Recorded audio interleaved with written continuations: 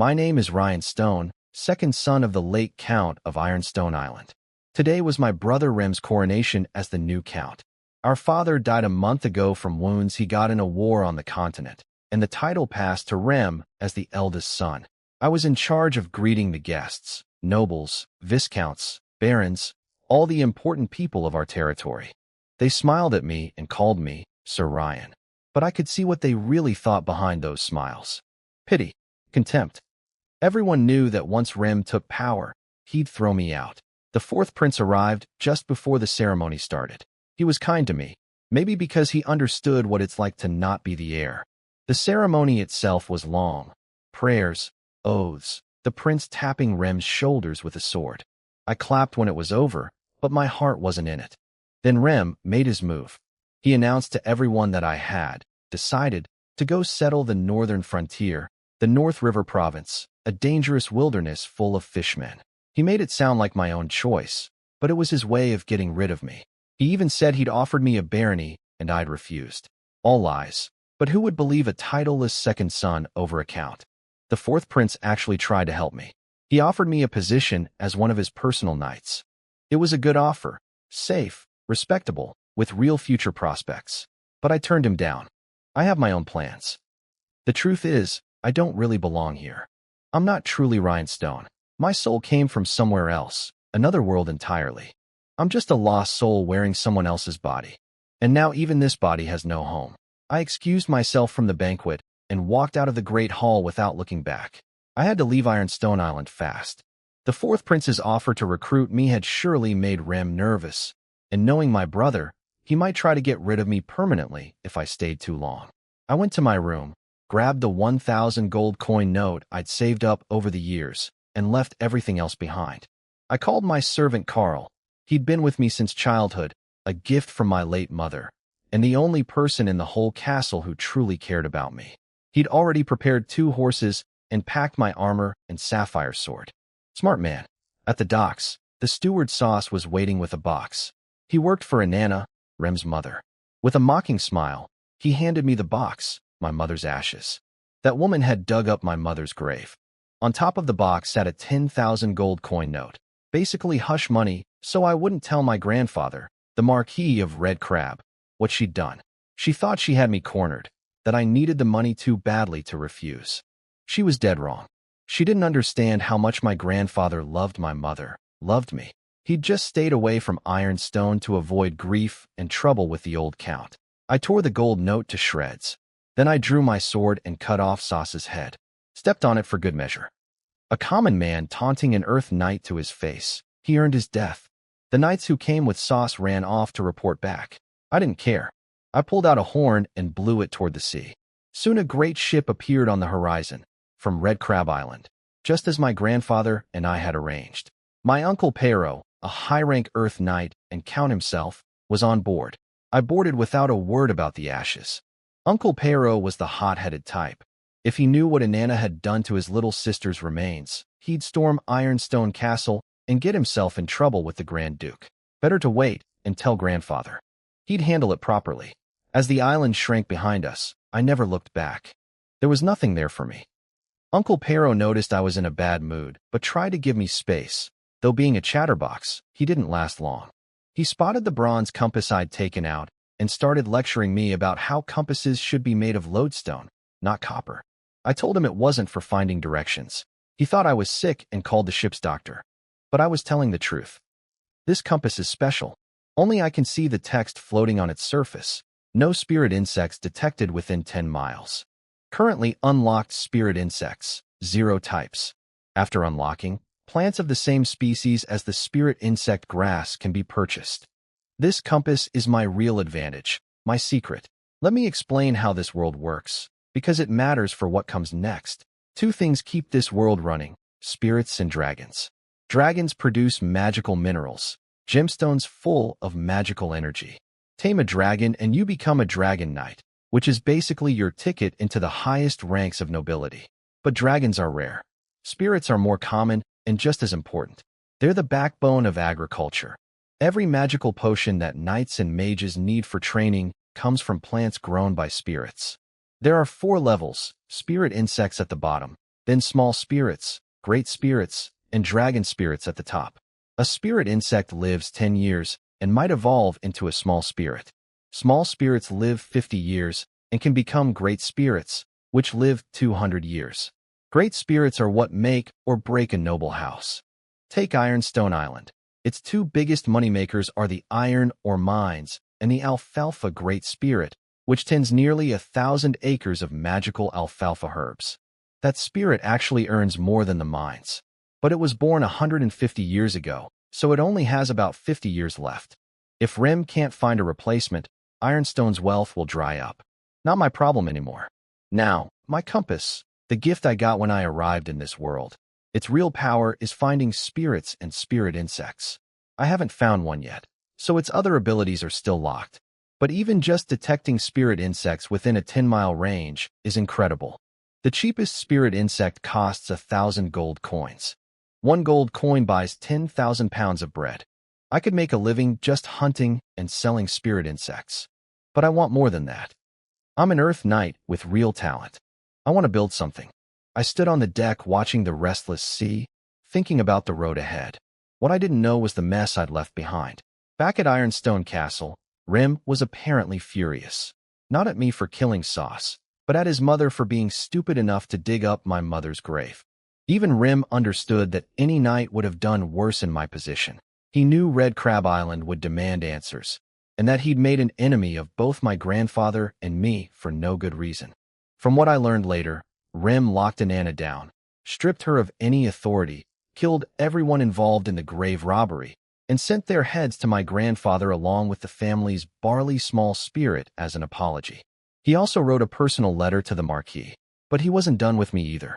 He sent word to the governor of the North River province to assign my pioneer territory at the very edge, right next to Fishman territory. He wanted the Fishmen to do what he couldn't do openly, kill me. And if they couldn't kill me, at least they'd keep me too busy to ever come back for revenge. My brother is many things, but stupid isn't one of them. It took 5 days to sail from Ironstone to Red Crab Island. When we finally arrived at sunset, the whole island glowed red in the light. The place is huge, 5 times bigger than Ironstone Island, and supposedly shaped like a crab with open claws. This is home to the Red Crab family, one of the 5 hereditary marquis houses of the North Sea Duchy. Uncle Pero had us dock at the South Pier, closest to the castle. A squad of knights was waiting, and with them, my grandmother, Lady Violet. She's over 60 but looks much younger, full of energy, warm and kind. But don't let that fool you. She's got a fiery temper. The moment she saw me, her eyes went red. She rushed over, grabbed my hands, and called me her poor little sparrow. She kissed my cheeks, fussed over how much I'd grown since she last saw me 5 years ago, and cursed Ramses. Always called the Ironstone men lions because of their brown manes, so Rem was that damned lion cub. She insisted we ride together in her carriage, which wasn't exactly proper etiquette, but nobody argues with grandmother. I asked about grandfather, and that set her off on a hilarious rant. Apparently the old man tried to prove he wasn't too old by mounting a wild horse, got thrown immediately, and hurt his back on a rock. Now he was stuck in bed reading old scrolls. She described it all so colorfully I had to fight not to laugh. Grandfather would whack me with his sword if he caught me making fun of him. She got worried when I told her about the frontier assignment. She kept fretting about the fishmen until we rode through the castle gates. Red Crab Castle is enormous, nearly 1,000 acres. Every open space is planted with magical herbs, all tended by spirits. I was staring at the lush crops with envy when a little creature came flying straight at me. Miller, one of the family's 3 great spirits. She looked like a beautiful porcelain doll with wings, about 50 centimeters tall. Her plant is magical roses, one of the most valuable herbs around. I couldn't help being jealous. Spirits change form as they grow. Spirit insects are just finger-length worms that act on instinct. Small spirits gain a rough human shape and basic intelligence, but can't speak. Great spirits like Miller are fully intelligent, can talk, and tend nearly 1,000 acres of magical plants. 1,000 acres of magical roses, even sold raw at 1 silver coin per plant, brings in 20,000 gold coins. Processed into potions, that multiplies tenfold. That's why nobles treat spirits as their most important status symbols. A single great spirit can fund an entire family. Little Ryan, I'm hungry. Miller remembered me from years ago. Her biggest trait is that she's always begging for food. Spirits eat jade powder, ground up magical jade stone. It's not cheap, about 1 silver coin per kilogram, but nobles always carry some for social occasions, since feeding someone else's spirit is considered polite at gatherings. I scooped a big spoonful from my pouch and placed it in her tiny cupped hands. Thank you, little Ryan. You're a good child, she said in an adult-sounding voice, then fluttered off with her escort of caretakers and knights.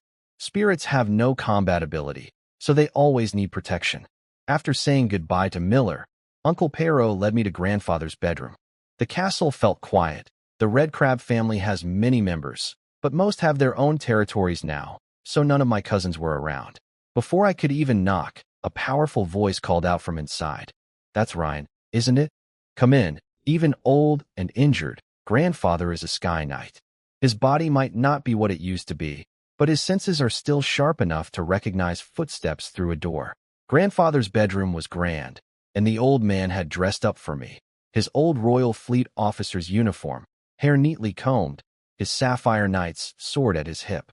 That sword was a gift from the king himself, back when grandfather and the current Grand Duke served together at the royal court. The red gemstone set in it came from the Ruby Kingdom's red dragon. He wore all this to show respect for me as a fellow knight, not just as his grandson. That meant a lot. Everyone else had the good sense to leave us alone. I bowed and greeted him formally. Commander of the 3rd Royal Fleet, Marquis of Red Crab Island, my dear grandfather. Ryan sends his most sincere regards. He loved that. Old men always enjoy being reminded of their glory days. We sat down and got straight to business. No small talk about Ironstone, and I was smart enough not to mention his horse-riding accident. So you've decided to go pioneer? He asked. Yes, no point hiding it. I came here for help. He showed me 2 letters. The first was from Rem, apologizing for the grave robbery and trying to smooth things over. The second was from a Red Crab spy in the North River province, reporting that the governor's office had suddenly changed its rules. Pioneers could no longer choose their own territory. The governor would assign it. This is aimed at you, grandfather said. The governor is close with Ironstone. That lion cub wants to put you in the most dangerous spot he can find. Then he smiled and pushed a map toward me. There was a small island circled in red on the western side of the province, closer to the interior. About 150 square kilometers, roughly the size of a decent town. That's a Red Crab exclave, he explained. We pioneered it long ago, but never developed it properly. It has a few thousand residents. It's already partially built up, relatively safe, and in a better location. I'll transfer it to you as your pioneer territory. I was thrilled. A ready-made settlement in a safer area, and it completely sidesteps Rem's scheme with the governor. I accepted immediately. I told him I'd stay on Red Crab Island for a few days before leaving. Truthfully, I wanted time to use my compass and scan the island for any wild spirit insects the family might have missed. If I find any, knowing grandfather, he won't ask for them back. After settling business, we chatted for a while, mostly him reminiscing about his younger days while I supplied well-timed praise and amazement. It was nice. Before the evening banquet, Carl and I quietly buried my mother's ashes in the Red Crab family cemetery. She was home at last. I knew grandfather wouldn't go to war over the grave robbery. He'd pressure Ironstone for concessions and profit, but Inanna's family has noble backing of their own. Her father is a marquis with connections to the Grand Duke. Having her killed is out of the question. My revenge on both Inanna and Rem will have to wait. But it will come. The banquet was small and warm. Grandfather and grandmother dressed up. The old man drank plenty of wine with a red face and good spirits. I got pushed into drinking some grape wine too, but it was mild enough.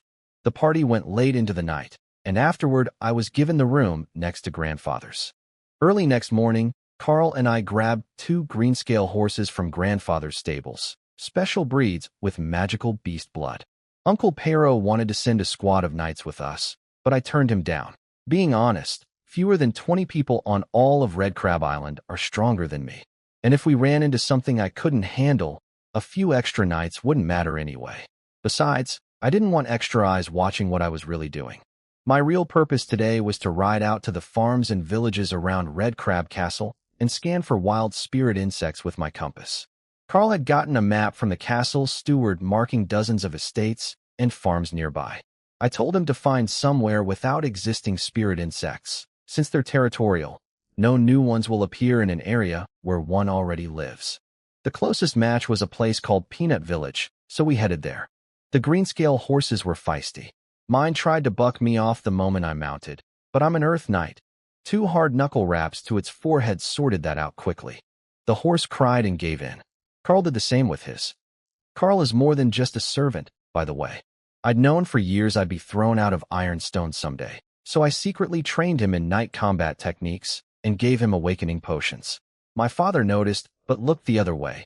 Maybe some small fatherly feeling left in him. Carl is now a high-rank formal knight, just one step below Earth Knight. For an 18-year-old in this resource-poor duchy, that's genuinely impressive. My mother chose well when she picked him. Peanut Village turned out to be a plain farming settlement. About 100 households, 500 people, surrounded by fields of peanuts, rye, alfalfa, and beans. No knights stationed there, just a small militia and 1 administrative officer sent by the castle. The moment I stepped to the edge of the fields, my heart nearly jumped out of my chest. I could barely keep from grinning like a fool. The compass glowed softly and projected a map of the surrounding 10 miles. There, in the corner of a peanut field, a pale blue dot was blinking. Discovered 1 peanut spirit insect, currently gestating. Position displayed. My very first stop, picked completely at random, and I'd already found one. Unbelievable luck. Where to next? Carl asked, confused why I'd stopped and was staring at nothing. East, I said. I feel the guidance of the goddess of fortune. I don't believe in gods, but I needed some excuse for why I'd be wandering around fields pointing at random spots. Blaming it on divine guidance seemed like the safest cover. Nobody can exactly verify it. Carl clearly didn't buy it either, but his policy is simple. The young master is always right. We rode along the narrow paths between fields, drawing stares from villagers. Word must have reached the local administrator, because by the time we arrived at the peanut field with the spirit insect, a hunched but sharp-looking old official with neatly oiled gray hair came hurrying toward us. When we arrived at the peanut field, the local administrator came out to meet us, a proper old gentleman who politely asked for identification. Carl handed me the bronze metal weed borrowed from grandfather before leaving. It grants us free passage anywhere on Red Crab Island. The administrator turned out to be a big fan of grandfather. When I offered to let him look at the medal, his eyes lit up. He wiped his hands with 1 handkerchief, then pulled out a second, brand new one to hold the medal through, like it was a holy relic. He stared at it for a few seconds with pure satisfaction before giving it back. I asked him to clear away the villagers who'd gathered to watch us. He was happy to help, and soon it was just me, Carl, and the administrator. I walked into the peanut field. My night senses led me quickly to the right plant, one giving off faint magical energy. Hidden among its leaves was an egg-sized flower bud. But the plant was in terrible shape. The soil was poor, the magic energy was weak. If I'd come even a few days later, this spirit insect would have died before ever being born. That's why spirit insects are so rare. They're incredibly fragile, easily killed by bad soil, birds, or harsh weather. Carl figured it out the moment he saw the bud. His voice cracked with excitement. Sir, is that a spirit insect being born? The administrator was just as shocked, but recovered faster, calling me blessed by the gods for finding a spirit insect in such barren soil. I asked Carl for the jade powder. Instead of using the little silver spoon, I grabbed a fistful and sprinkled it around the roots. The magical energy in the powder should help the plant recover and keep the spirit insect alive. Carl, you're staying here. Guard this plant until the spirit insect is born. Don't take your eyes off it. Yes, sir. I won't even blink. The administrator volunteered to help without being asked.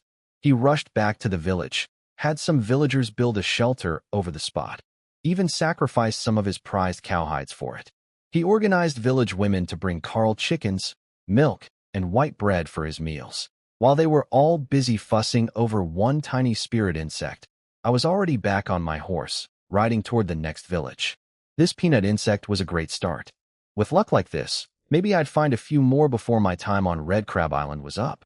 I'd spent 2 days riding nonstop across dozens of villages without finding a second spirit insect.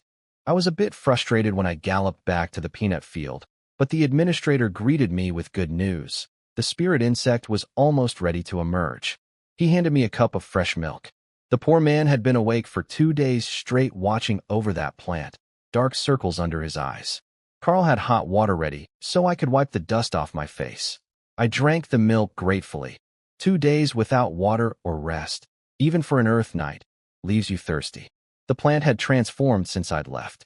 The jade powder had worked wonders. The leaves were lush and green now, and the magical energy pulsing from the bud was much stronger. The bud was trembling slightly. I pulled up a chair and waited. About an hour later, as a blood-red sunset painted the sky, I heard it, a soft crackling sound from inside the bud. I jumped up and crouched beside it. Carl and the administrator gathered close. The petals unfolded one by one. And there it was, a finger-length creature, shaped like a jade ribbon with peanut flower patterns on its back. Beautiful. Carl said it best. It looks like a worm, but somehow elegant and refined. You couldn't feel anything but wonder looking at it. I put a pinch of jade powder on my fingertip and held it near the newborn insect. The little creature perked up, crawled over, and bit right through my finger. My blood mixed with the jade powder went down its throat, and in that instant I felt a connection form between us. A contract, sealed by blood. Once bonded, the insect let go and nuzzled against my hand, then crawled into my palm. I stroked its back gently, cool, soft, pleasant to touch. I had it absorb its host plant. The peanut stalk turned into a streak of green light and vanished into the insect's mouth. Spirit insects can store their plants inside themselves for transport and regrow them later when replanted. Carl had a jade box ready, made from the same magical jade as the powder. I placed the insect inside with some jade powder for food and sealed it carefully. The administrator had politely stepped away during the bonding. He knew better than to hover around a noble spirit insect. I called him over to thank him properly. He tried to wave it off, but I insisted on giving him 10 silver coins. I also had Carl give me 50 copper coins for the farmer whose field we'd trampled. 10 silver coins for the administrator was generous but appropriate. Tradition says you reward people who help you find spirit insects, partly to encourage commoners to report unusual plants in the future. 50 copper coins for the farmer was enough to cover his losses without being so much it'd cause him trouble. Too much money given to a peasant can attract the wrong kind of attention. The administrator accepted reluctantly. We exchanged farewells, and Carl and I rode off. Only one spirit insect from this trip, but it was a fine start. Before leaving Peanut Village, I had Carl secretly check that the administrator actually delivered the 50 copper coins to the farmer. He did, and he'd even used his own judgment to exchange the coins for bags of wheat, enough to feed the family for months. Honest man, I was glad to see it. Carl and I rode back to the castle in the dark. Once alone in my room, I pulled out the compass immediately. The display had changed. Now that I'd bonded with the peanut insect, a new ability had unlocked. No unclaimed spirit insects within 10 miles. Unlocked spirit insects. Peanut insect. Available for purchase. Peanut plants. 1,000 gold coins per batch of 100 plants. Random variety. Guaranteed to be a type the insect hasn't absorbed yet. Compass level. 1. Contract a small spirit to upgrade. Next ability. Purchase spirit insects of the same type as your unlocked small spirits. I could barely contain myself. The first ability lets me find spirit insects. The second lets me buy plants to help my peanut insect evolve. Nobles have discovered that exposing spirit insects to different varieties of their host plant speeds up evolution. 1,000 gold per batch is steep, but each batch is guaranteed to be a new variety, so it's worth it. But the third ability, the one I'll unlock at the next level, that's the real prize. I'll be able to buy spirit insects directly. In a world where spirit insects are the foundation of agriculture and wealth, that's an unbelievable power. I was so excited I couldn't fall asleep until deep into the night. Next morning, I told grandfather I was leaving the following day. He agreed. Time was tight. The pioneering deadline was July 1st. Rem had filed my application the day our father died, and the rules give 1 month to reach the North River province. Counting the days I'd spent traveling and staying here, I had just enough time if I left tomorrow. Grandfather stood up, put his hands on my shoulders, and spoke from the heart. As your grandfather, I want you safe. As a marquis and a knight, I want you to be brave and build something of your own. Then he told me what he'd squeezed out of Ironstone as compensation, several small islands and a small spirit. He wanted to give me the small spirit plus 4 spirit insects. I took the 4 spirit insects gladly, but I refused the small spirit. It wasn't about pride. Grandfather had already given me so much. Small spirits are precious even on Red Crab Island. Some of my own cousins hadn't received one when they got their territories. If I, an outsider, walked away with one, it would breed resentment and gossip. I didn't want to damage the relationships grandfather had with his other grandchildren on my account. He looked at me for a long moment, and I could tell he was seeing my mother in my face. The same blue hair, blue eyes, same stubborn streak. He kept his composure while I was in the room, standing straight-backed as always. Fine. Go to the training grounds behind the castle. I've selected some people for you. Go meet them. I bowed and left. I didn't see it, but I think the old man let himself cry after the door closed behind me. Behind the castle is a massive training ground, 1,000 acres that grandfather built over what used to be a flower garden. He's never cared much for flowers. Every elite young knight on Red Crab Island trained here.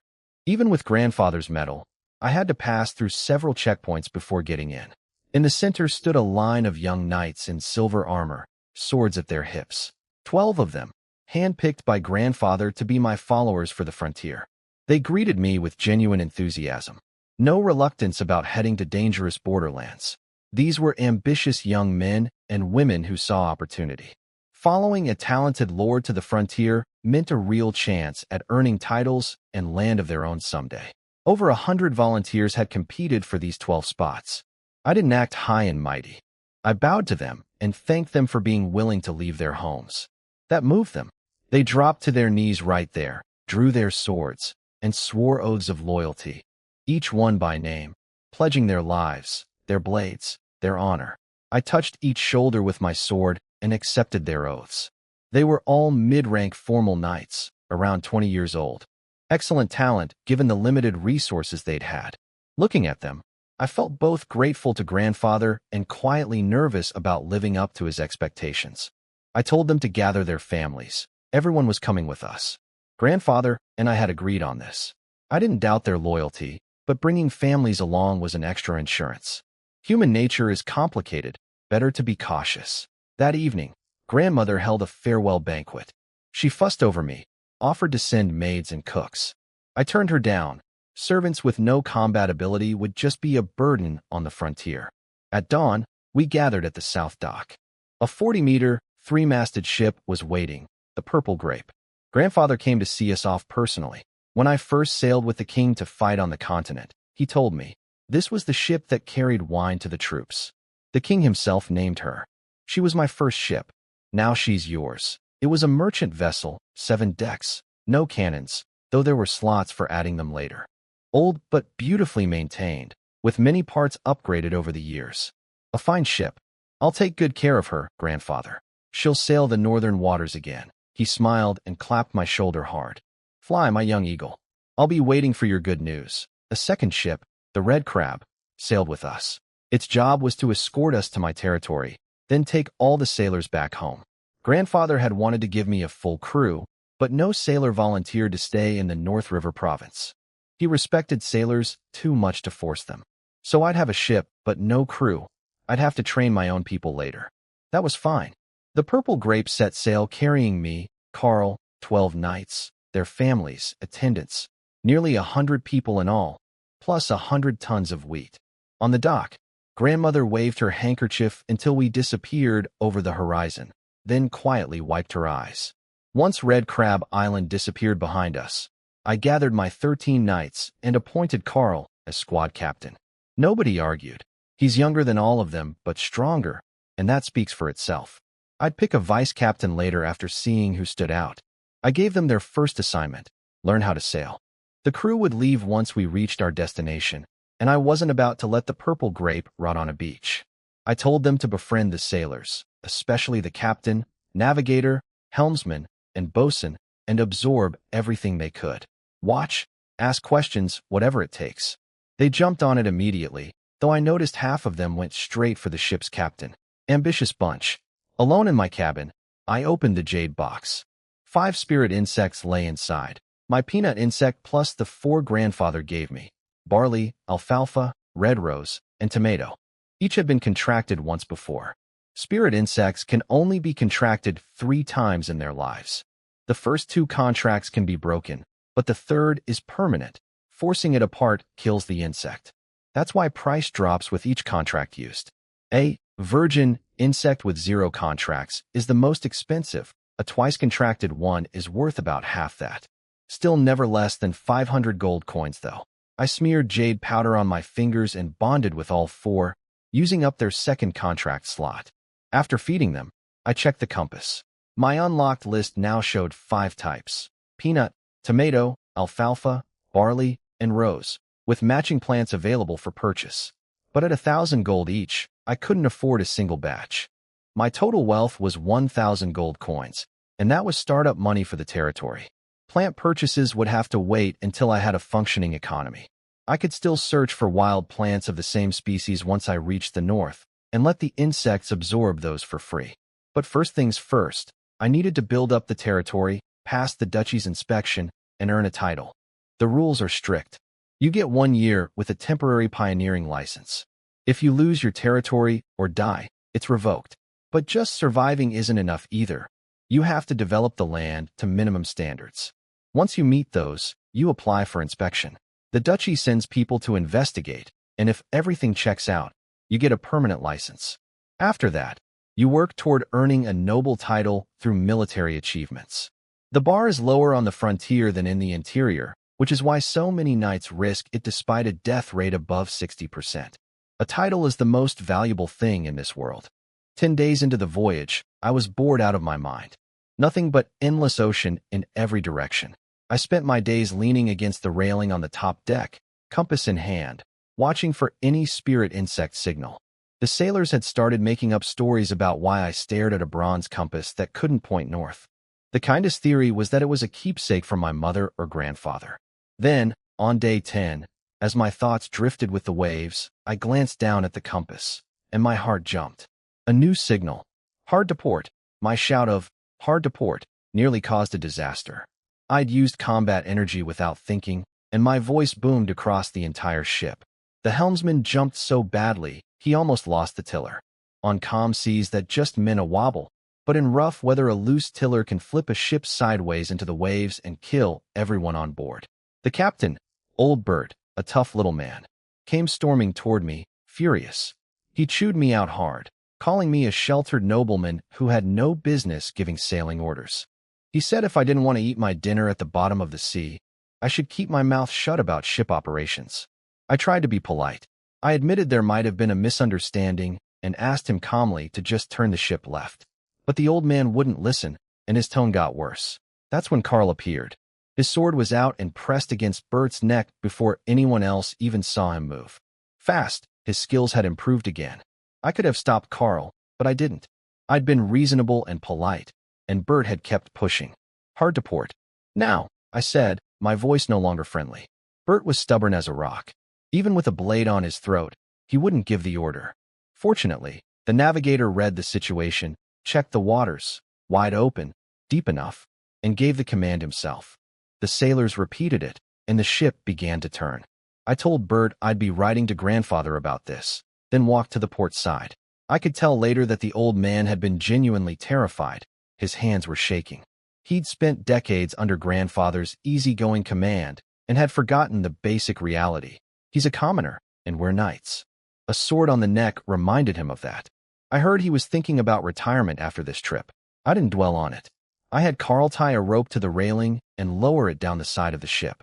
I grabbed a small hand net and leaned over, watching the water. The sailors and knights gathered around, whispering, wondering what I was doing. I could hear every word with my Earth Knight hearing, including some not-so-supportive comments. I let it go. Then I saw it. I grabbed the rope with my left hand, vaulted over the railing, and slid down like a falling star. Just before hitting the water, I swept the net across the surface, barely touching it. Then hauled myself back up with one arm and landed on the deck. The whole thing took less than a second. Most people hadn't even registered what happened. Carl rushed over. Sir, are you all right? I looked down at the tiny creature curled up in my net and grinned. Better than all right. A coral insect? He spotted one drifting in the current. The whole ship erupted in gasps when they saw what was in my net. News spread across every deck in minutes. Suddenly everyone understood why I demanded the turn. Carl gave me a look. Sir, you don't really receive visions from the goddess of fortune, do you? I just smiled. You can believe that if you want. Coral insects are a special type of spirit insect. They don't grow, don't level up, don't farm crops, and don't even have a host plant. They can only be contracted once. Their sole purpose is extraordinary. They turn themselves into islands. A coral insect finds the right spot in the ocean, ends its own life, and becomes a 1,000-acre coral reef. In the North Sea Duchy, where land is more precious than gold, that makes them incredibly valuable, at least 1,000 gold coins each. They're born in seafloor mud, drift with the currents, and are nearly impossible to catch. Big noble houses sometimes snag one in their fishing nets by pure luck. Red Crab Island supposedly gains a dozen square kilometers every year from wild coral insects settling along its edges. Once contracted, you can choose where and when the insect transforms, and even shape the resulting island to some degree. I had no intention of selling this one.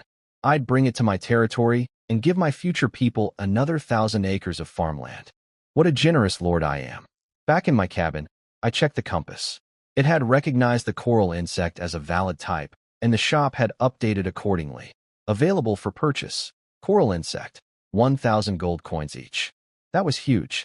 In a nation where land is the scarcest resource, I could now essentially create unlimited territory, as long as I had the money. Everything always comes back to money. Great gods above, please send your faithful servant a dragon that poops gold coins. No more spirit insects appeared during the rest of the voyage, so I left the ship's course alone after that. We made good time without heavy cargo and reached North River Island on the morning of June 28th, 3 days ahead of my deadline. North River Island is the provincial capital, home to the governor's office. The province was named for a winding chain of islands running east-west through its center, looking like a river. The whole territory was conquered from the Fishmen 15 years ago, and the Grand Duke appointed the North River Marquis as governor to oversee its development. The North River Marquis got his title by being the Grand Duke's personal horse groom, which sounds humble, but in this world, trusting someone with your war horse means trusting them with your life. He'd been an honorary marquis with no land until this province was created. Now he rules it all, and most pioneering knights who settle here will eventually become his vassals. That's bad news for me. The North River Marquis owes his entire position to the old Ironstone Count, who rallied powerful Sky Knights to support his appointment. In plain terms, the Marquis and Ironstone are practically the same faction, which means I can expect to be given every possible disadvantage during my pioneering years. We docked at the north side of North River Island, not because it made sense, but because the governor requires all new pioneering knights to arrive from the north. Supposedly it shows determination to conquer the frontier. I call it a vanity project that wastes everyone's time. The harbor was bustling, hundreds of ships waiting for dock assignments. I expected a long wait, but the harbor master saw our sails and waved us in immediately. Some mercenary ships ahead of us refused to move until a young knight shouted at them. "That's the Red Crab Marquis' ship, you idiots." That got them scrambling. What they didn't realize was that the purple grape in front was even more significant. A ship personally named by the king. Blocking it could get you accused of disrespecting the crown. Once ashore, only my 13 knights and I disembarked. We weren't staying long. Get the pioneering license, buy supplies, and leave. First stop was the Violet Guild, the empire-backed trading house, to exchange my gold note for actual coins. I gave Carl 20 gold coins and half the knights to buy supplies, farming tools, cloth, salt, tents, dishes, and wine. I told them to spend every last coin. Then I handed out 1 gold coin to each knight for personal purchases. Their faces lit up. 1 gold coin equaled almost a year's salary for them back on Red Crab Island. I told them not to save it. Once we reached the territory, there'd be nowhere to shop. One knight named Leo bit his coin and declared it tasted sweet. The others joked about where the coin might have been before. Rough humor. These are military men, not castle servants. I headed to the governor's pioneering office alone. It was quiet compared to the docks. just a few knights coming and going. Inside the main hall stood a massive sand table map of the entire North River province. The clerk recognized me instantly. Well, Ryan Stone, I thought you'd given up your pioneering rights. His smile was wide, but his words were poisonous. Saying a knight had given up was basically calling him a coward. I kept it short. I'm here for my pioneering license. Of course. Just pick a territory first. Though I'm afraid there aren't many options left. Can't be helped. You didn't exactly arrive early, did you? He smirked, clearly enjoying himself. He knew the plan. I was supposed to be stuck choosing from the most dangerous spots near Fishman territory, where I'd either die or get ground down until my license expired. In his eyes, I was already finished. A disgraced second son with no backing, headed for a death trap. Why bother being polite? I smiled back and handed him grandfather's personal document. No need to pick. I already have a territory. Process the license immediately. I'm in a hurry. The clerk tried to dismiss me at first. You can't just pick your own territory without the governor's approval. That's against duchy law. He said it smugly, then casually opened grandfather's document. His face froze. Every word on that paper was in the same handwriting, including the signature at the bottom, Ackman Red Crab, not some aide's writing with a stamped seal. The Marquis himself had sat down and written this letter word by word. That told anyone with half a brain exactly how much grandfather cared about me. The clerk had been led to believe, by Ironstone, no doubt, that my grandfather didn't care. He was wrong. He read it twice, then looked up at me with dry lips. Sir Ryan, could I perhaps check with the governor first before? Is the document fake? I cut him off. No. Does it violate duchy law? No, of course not. Then does the governor's office operate under a different set of laws? Its own private laws above the duchy's. That shut him up completely. Claiming alternative laws would be treason. I told him I wanted my pioneering license in 10 minutes, or I'd sail back to Red Crab Island and have grandfather write directly to the Grand Duke, reporting that the governor's office had illegally revoked my pioneering rights. I let my combat aura flare just enough to make the point. There was no reason to play nice. These people were going to make my life difficult regardless of how I behaved. Might as well be direct. He caved. 5 minutes later, I had the license in my hand and walked out. Back at the dock, the knights were ready with all the supplies loaded. Carl asked if I'd gotten the license. I held it up for everyone to see. A thin sheet of paper, but it meant everything. With this, we had the legal right to build something in the north. Every single one of us was excited. We set sail again.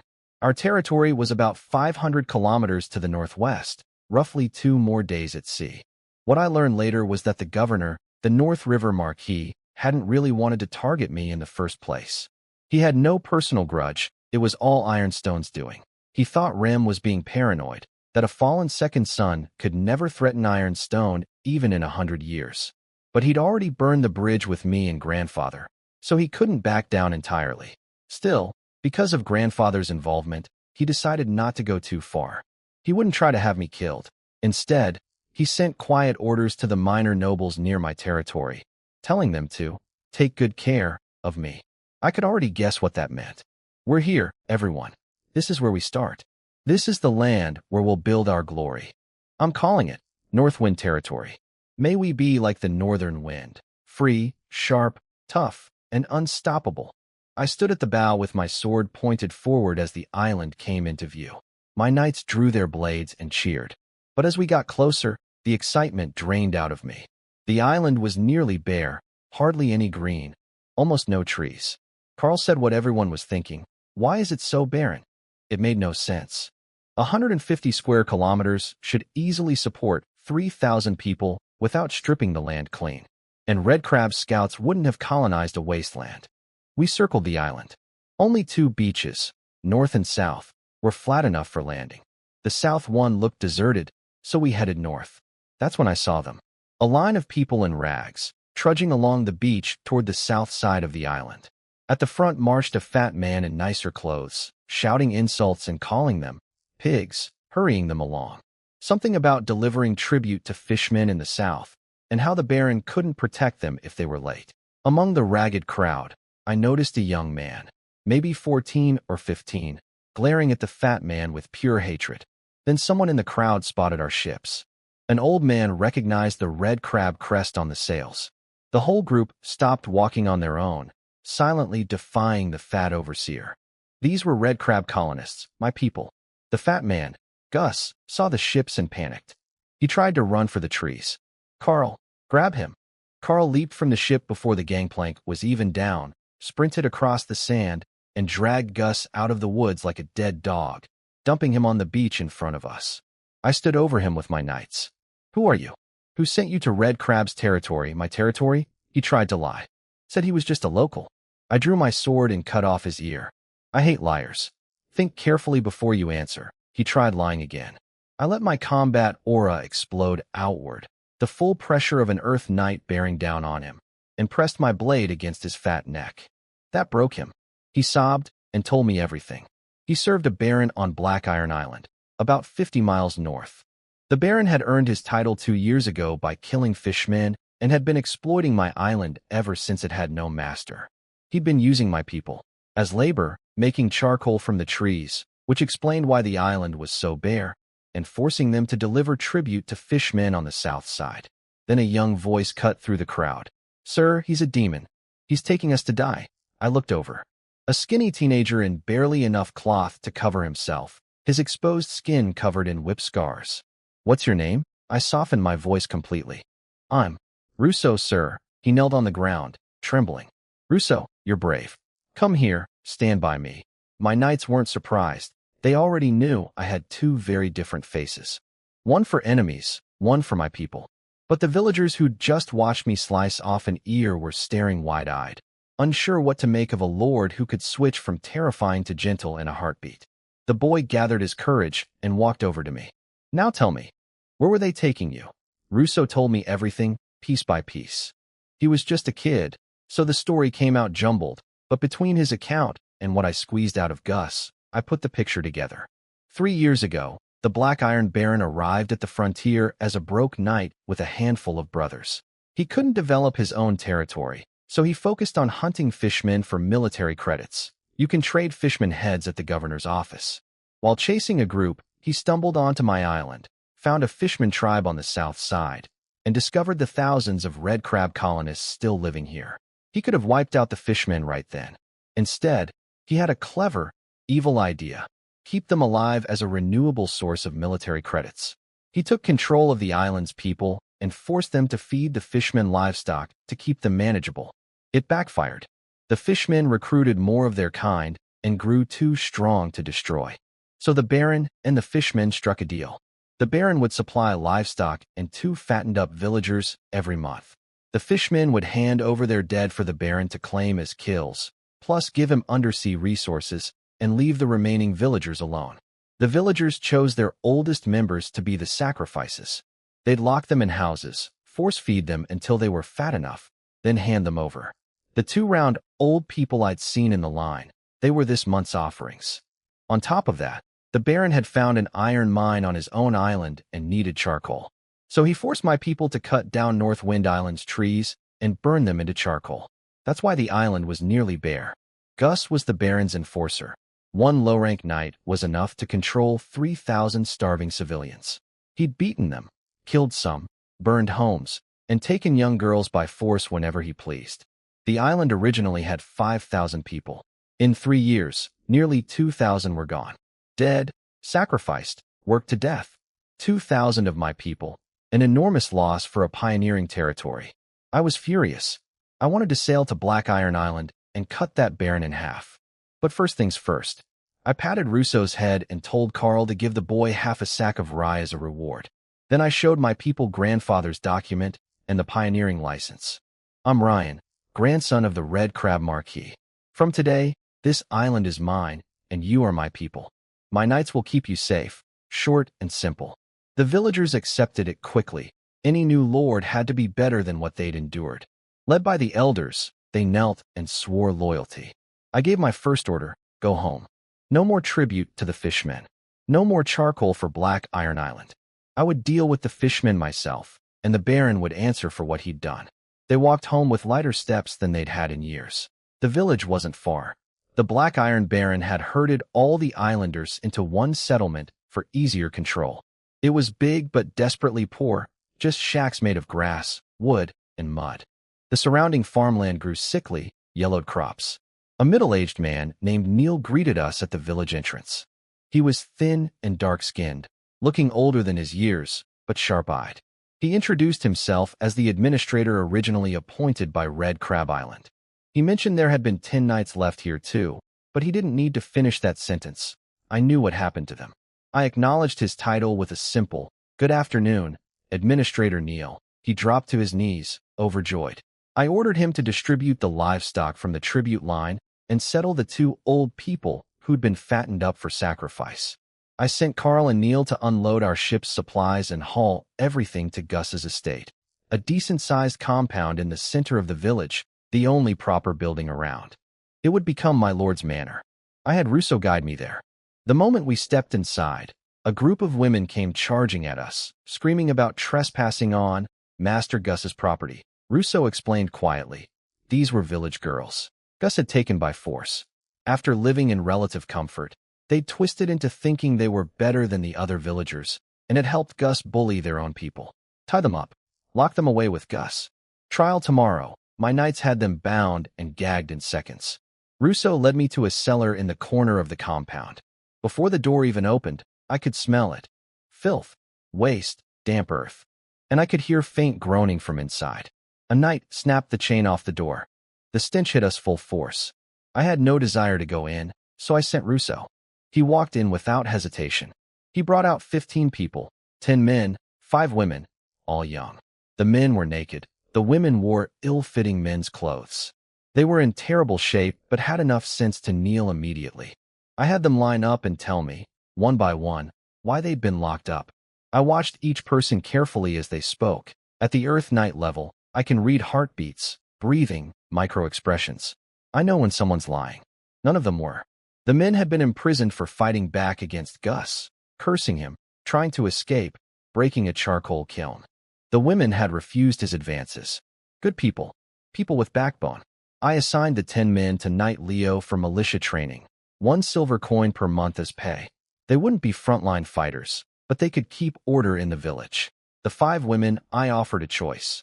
Go home or stay at the manor doing household work for 30 copper coins a month. Realistically, most would stay. Gus had ruined their reputations, and village life would be cruel to them now. In a world where dock workers earn 1 copper coin a day, the wages I offered were generous. They thanked me endlessly. I accepted it and sent them on their way. All 5 women chose to stay, as I expected. We threw Gus and his cruel mistresses into the cleaned-out cellar. No food, no untying. They wouldn't starve. They'd be dealt with tomorrow morning. Gus had lived well while his people suffered. The estate had everything. Wine cellar, storerooms, kitchen, stables. I had the knights clear out all the small furnishings and replace them with the supplies Carl had bought at North River. The big furniture stayed. My knights handled it quickly. These aren't ordinary men, after all. Carl's team unloaded the ships. Supplies went into the estate, gold and grain into storage, and our 14 war horses into the stables. Every horse had magical beast blood, gifts from grandfather, along with a full set of armor and sword for each knight. By afternoon, I claimed the largest building, a 2-story house, as my lord's manor. Neil the administrator arrived carrying a stack of scrolls. He'd already prepared an inventory. 200 tons of rye, 967 gold coins, 160 silver, over 10,000 copper, 14 war horses, 16 draft horses, 8 oxen, 1,000 acres of farmland, and 20 tons of charcoal, plus small livestock and tools scattered among the villagers that he couldn't count. I noticed Neil looked nervous when he mentioned the villagers' belongings, clearly worried I'd confiscate them. I told him to leave everything with the people. They needed those tools more than I did. He relaxed immediately. The 20 tons of charcoal caught my eye. Charcoal is valuable in the North Sea. Trees are scarce on islands, so it sells at 10 to 15 times the price of grain. 20 tons could fetch 20 gold coins. Current population, 3,076 islanders plus the 109 people I brought, totaling 3,185 and 950 families. The farmland was nowhere near enough to feed them. Under the Baron's rule, all able-bodied men had been forced to burn charcoal instead of farming, and the Baron had shipped in just enough food each month to keep them alive. No one had any reserves. I made a decision. Exchange the 20 tons of charcoal for 20 tons of grain from our stores. The charcoal goes into our warehouse. The grain gets distributed equally by head count. About 12 pounds per person, enough to last a while. This way they're not getting charity.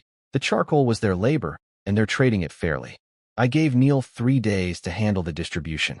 I ordered the oxen and draft horses gathered into one place, with 5 experienced villagers hired to care for them at 50 copper coins monthly. Another 5 would tend the war horses at the manor, same pay, with food and shelter included. Tomorrow, all villagers would assemble. I'd introduce myself properly and publicly execute Gus. No hangman's noose for him, though. His trial would be handed to the people themselves. There was far more to do, but I'd given Neil enough to stay busy for days. Before he left, I assigned him the room next door as his administrative office and told him to take Rousseau on as an apprentice. Teach the boy to read and handle paperwork. One more thing, I called after him. Give Rousseau an extra half-sack of rye when you distribute the grain. I promised him. Neil stepped outside, took a deep breath, and looked down at his scroll covered in notes. I could tell from his expression, he believed they'd finally gotten a decent lord. I hoped I'd prove him right. Our first dinner on North Wind Island was modest. Chicken, duck, fish, and fresh white bread, all bought from villagers with copper coins. I gathered the knights and their attendants, about 30 people total. No wine, though. I'd cut off the fishman's tribute, which meant they'd likely send scouts that night. The knights needed to stay sharp for patrol. To us, and to North Wind, we toasted with water. I turned in early. There were no magic lamps here like in Ironstone or Red Crab Castle. Just fish oil lanterns that stank and gave barely any light. I couldn't stand the smell. At dawn, Carl and Neil reported in. As I predicted, a fishman's sergeant and 15 soldiers had come snooping during the night. The knights captured all 16 alive. Bring them to the square with the cellar prisoners. We'll deal with them all at once. Neil had worked through the night. Knights' families were housed near the manor, horses and livestock settled, caretakers hired. Grain distribution was underway, but wouldn't finish until evening. The man's eyes were sunken with exhaustion, but he refused to slow down. I learned later that Neil had changed during his years on this island. He'd arrived looking down on common folk, but after losing his position and nearly starving, the villagers had saved him. Now he genuinely cared about them. 3,000 people stood in the open field near the manor, silent, staring at the gate. When I appeared with my knights, whispers rippled through the crowd. Respect, hope, acceptance. I kept it brief. I'm Ryan. Under the Red Crab Marquis's authority and the Duchy's pioneering license, I've officially taken control of this island.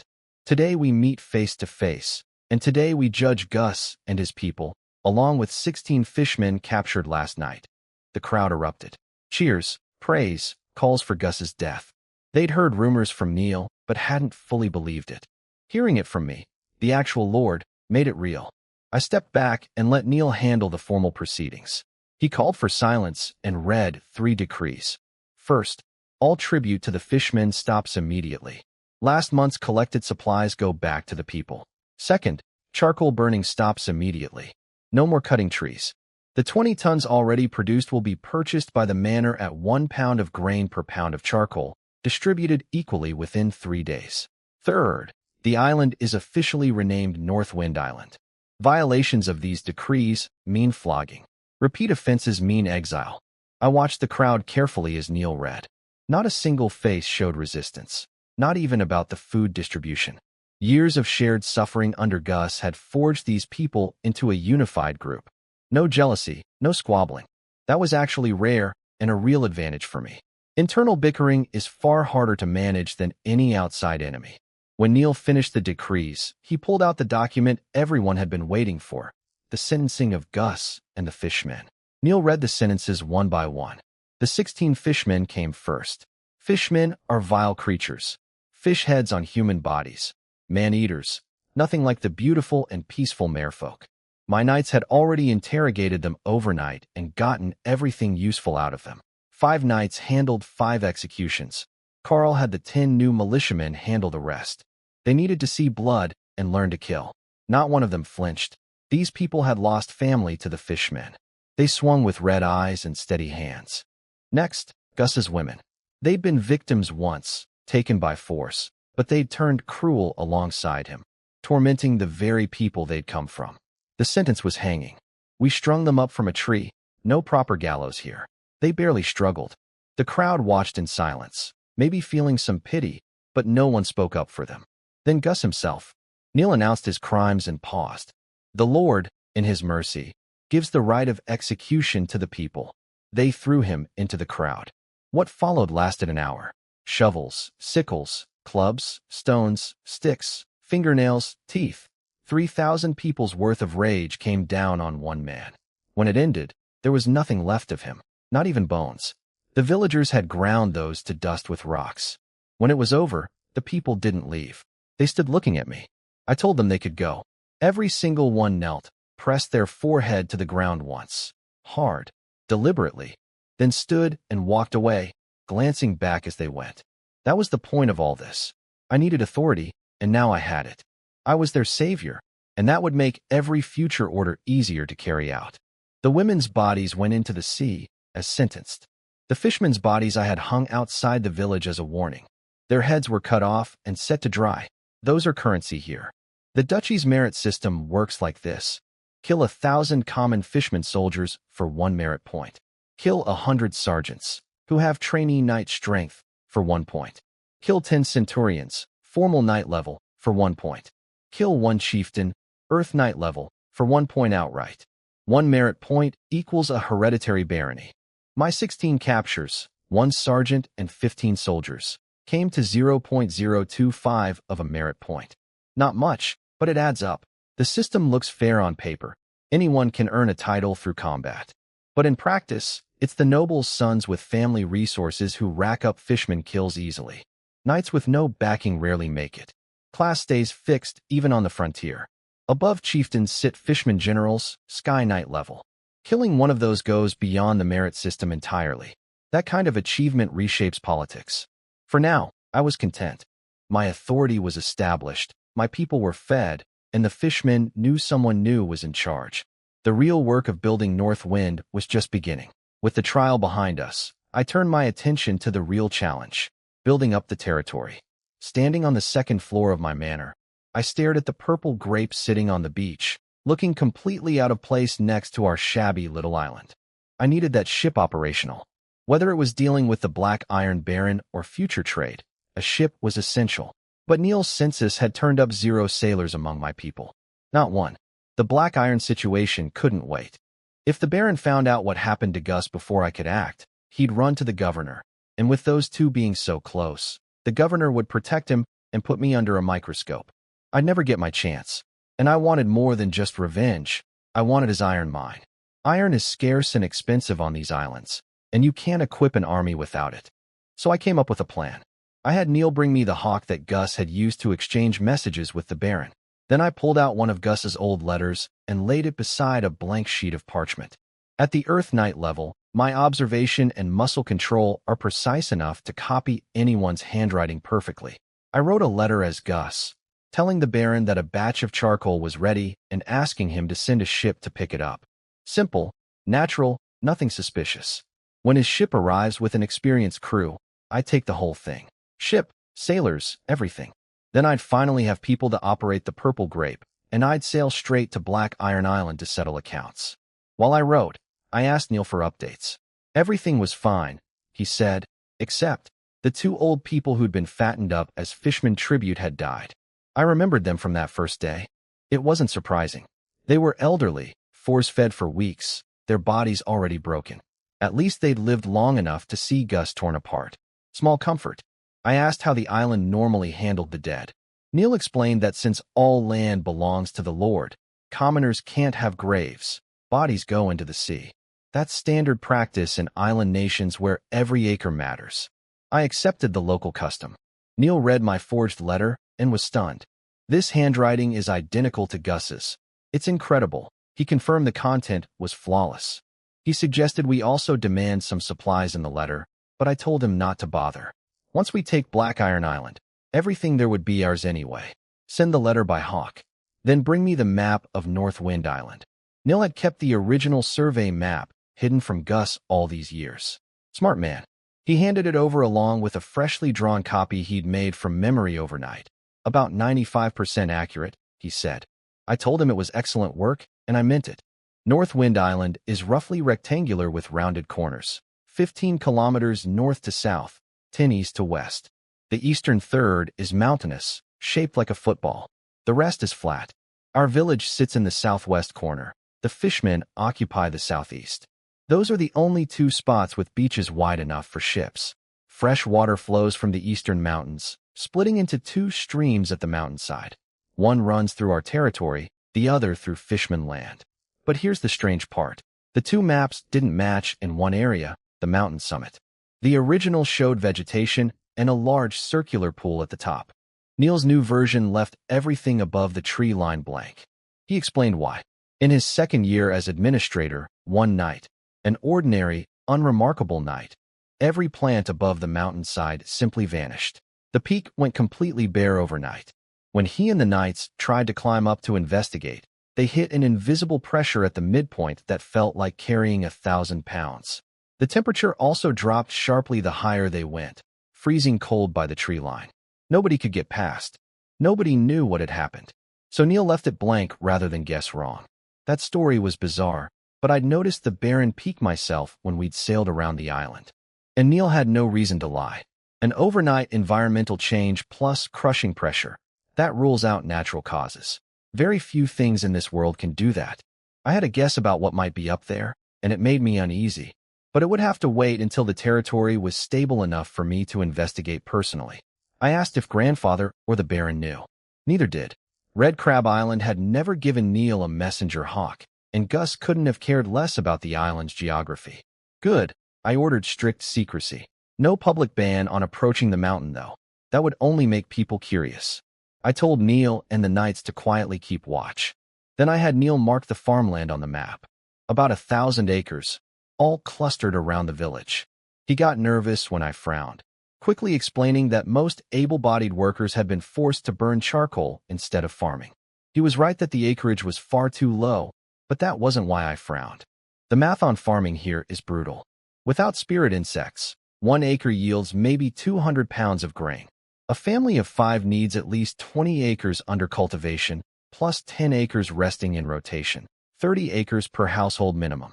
With 950 families, we'd need close to 30,000 acres of farmland. We had 1,000, but I already knew about the labor situation. The farmland shortage wasn't what concerned me. Something else on that map had caught my attention. I drew a square on the map, northeast of the village, near the mountain foothills. About 10,000 acres. I told Neil to mobilize every able-bodied worker and clear 500 acres within 7 days. The rest could wait.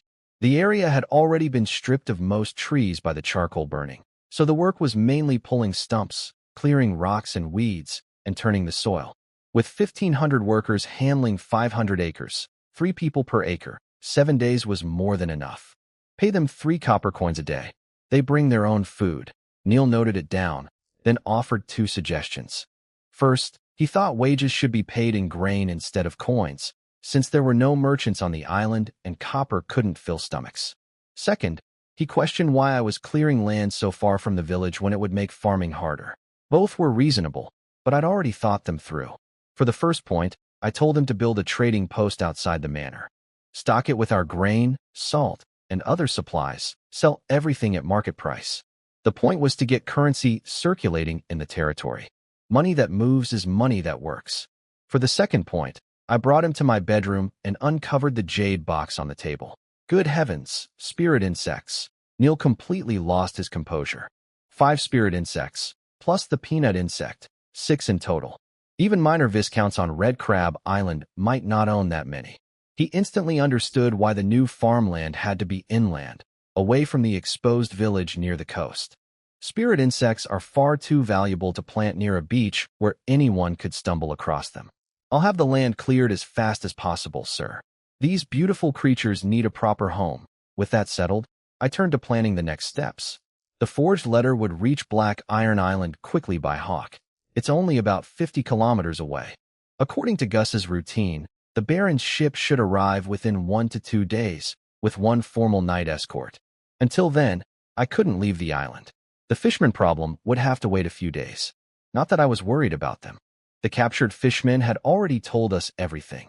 About 500 total, mostly common soldiers. 40 sergeants at trainee knight level. 12 centurions at formal knight level, with the tribal chief being mid-rank formal knight at best. For the Black Iron Baron, that might be a real threat. For me, it was nothing. At the Earth Knight level, my combat energy connects to the Earth itself. It's an endless well. I could personally wipe out their entire tribe in half a day without breaking a sweat. But I wasn't going to do it alone. This was a perfect training opportunity for my knights. They had excellent talent and training from Red Crab Island, but almost zero real combat experience. Some had never even left Red Crab City.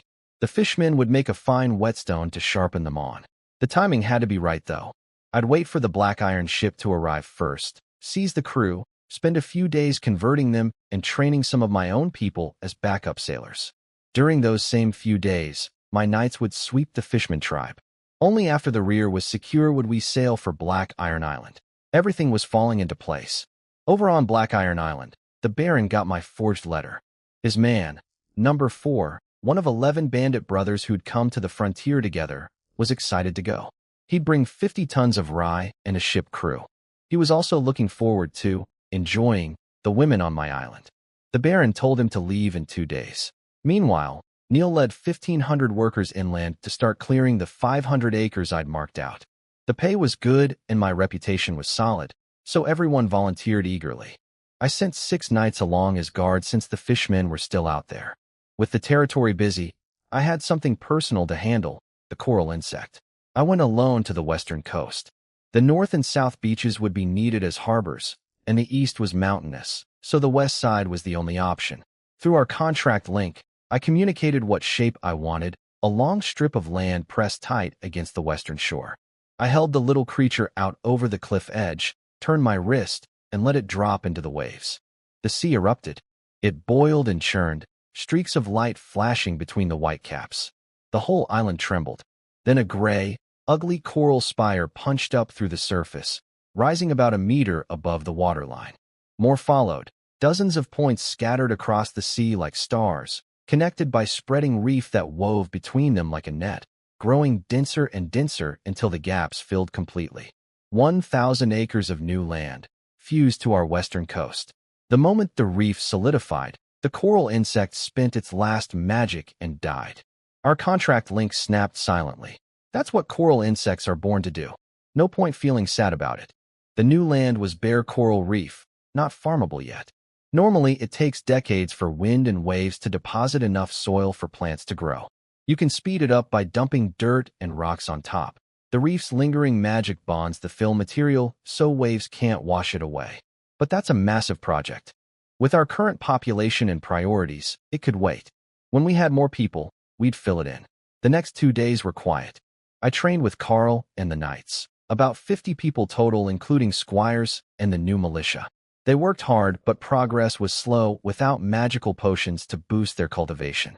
That was just the reality of a new territory. Once our spirit insects were settled and producing magical herbs, the potion supply would solve itself. As for my own training, at the Earth Knight level, simple drills don't do much. I was just keeping my body sharp while waiting for Black Iron's ship to arrive. Over on Black Iron Island, the Baron got my forged letter. His man, number 4, one of 11 bandit brothers who'd come to the frontier together, was excited to go. He'd bring 50 tons of rye and a ship crew. He was also looking forward to enjoying the women on my island. The Baron told him to leave in 2 days. Meanwhile, Neil led 1,500 workers inland to start clearing the 500 acres I'd marked out. The pay was good and my reputation was solid, so everyone volunteered eagerly. I sent 6 knights along as guards since the fishmen were still out there. With the territory busy, I had something personal to handle, the coral insect. I went alone to the western coast. The north and south beaches would be needed as harbors, and the east was mountainous, so the west side was the only option. Through our contract link, I communicated what shape I wanted, a long strip of land pressed tight against the western shore. I held the little creature out over the cliff edge, turned my wrist, and let it drop into the waves. The sea erupted. It boiled and churned, streaks of light flashing between the white caps. The whole island trembled. Then a gray, ugly coral spire punched up through the surface, rising about a meter above the waterline. More followed, dozens of points scattered across the sea like stars, connected by spreading reef that wove between them like a net, growing denser and denser until the gaps filled completely. 1,000 acres of new land, fused to our western coast. The moment the reef solidified, the coral insect spent its last magic and died. Our contract link snapped silently.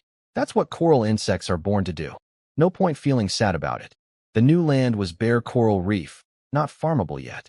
Normally, it takes decades for wind and waves to deposit enough soil for plants to grow. You can speed it up by dumping dirt and rocks on top. The reef's lingering magic bonds the fill material so waves can't wash it away. But that's a massive project. With our current population and priorities, it could wait. When we had more people, we'd fill it in. The next 2 days were quiet. I trained with Carl and the Knights. About 50 people total, including squires and the new militia. They worked hard, but progress was slow without magical potions to boost their cultivation. That was just the reality of a new territory. Once our spirit insects were settled and producing magical herbs, the potion supply would solve itself. As for my own training, at the Earth Knight level, simple drills don't do much. I was just keeping my body sharp while waiting for Black Iron's ship to arrive. That morning, I watched old Parsi limp out of his house, heading to the trading post I'd set up just days ago. He and the one-eyed old man were joking and laughing together. Real laughing, the kind they hadn't done in 3 years. They were going to buy grain with their own copper coins. Simple thing, but under the old rule, they couldn't even do that.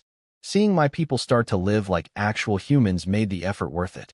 But I didn't have long to enjoy the peace. A 2-masted ship appeared on the southern horizon. I already knew who it was. The men from Black Iron Island, the Baron's thugs. They came regularly to collect charcoal, treat our people like animals, and do whatever they pleased. Their leader this time was the one they called Old Four. From what I could tell, the crew on that ship hated their own masters. They were skilled sailors forced to work for brutes who didn't respect them, paid them poorly, and dragged them into deadly winter battles against fishmen up north every year. They lost brothers each time. But Old Four didn't care about any of that. He stood at the bow like some conquering hero, boasting about milk and women. When the ship landed at the southern beach, Old Four jumped off before the anchor even dropped. He expected my people to kneel and grovel like they always did before. But they didn't. They stood straight. That alone was enough to set him off. He asked where Gus was, Old 12, the night they'd left here to rule over the island. Neil, my political officer, told him plainly, dead. Old Four didn't believe it. He couldn't imagine anyone on this island being capable of killing one of their knights. He cursed, called my people pigs, drew his sword, and launched himself at Neil like an arrow. He was fast, a real fighter, battle energy surging through him. Neil couldn't even track his movement. The blade was about to cut Neil's throat. I gave the order. Take him down. Old Four's smug grin froze the moment my sword touched his neck. He couldn't track my movement at all, just like Neil couldn't track his. The difference between us was clear. When he saw how young I was and felt the pressure of my battle energy, he stammered out, Earth. Night. And his face went white. He knew what that meant. Someone my age at that level had to come from at least a viscount's family. He figured he was dead no matter what. I asked if he had any last words. He just clenched his jaw and closed his eyes. No begging. I respected that.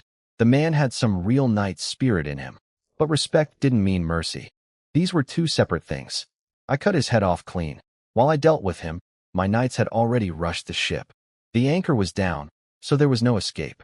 We took the whole vessel without spilling a drop of blood.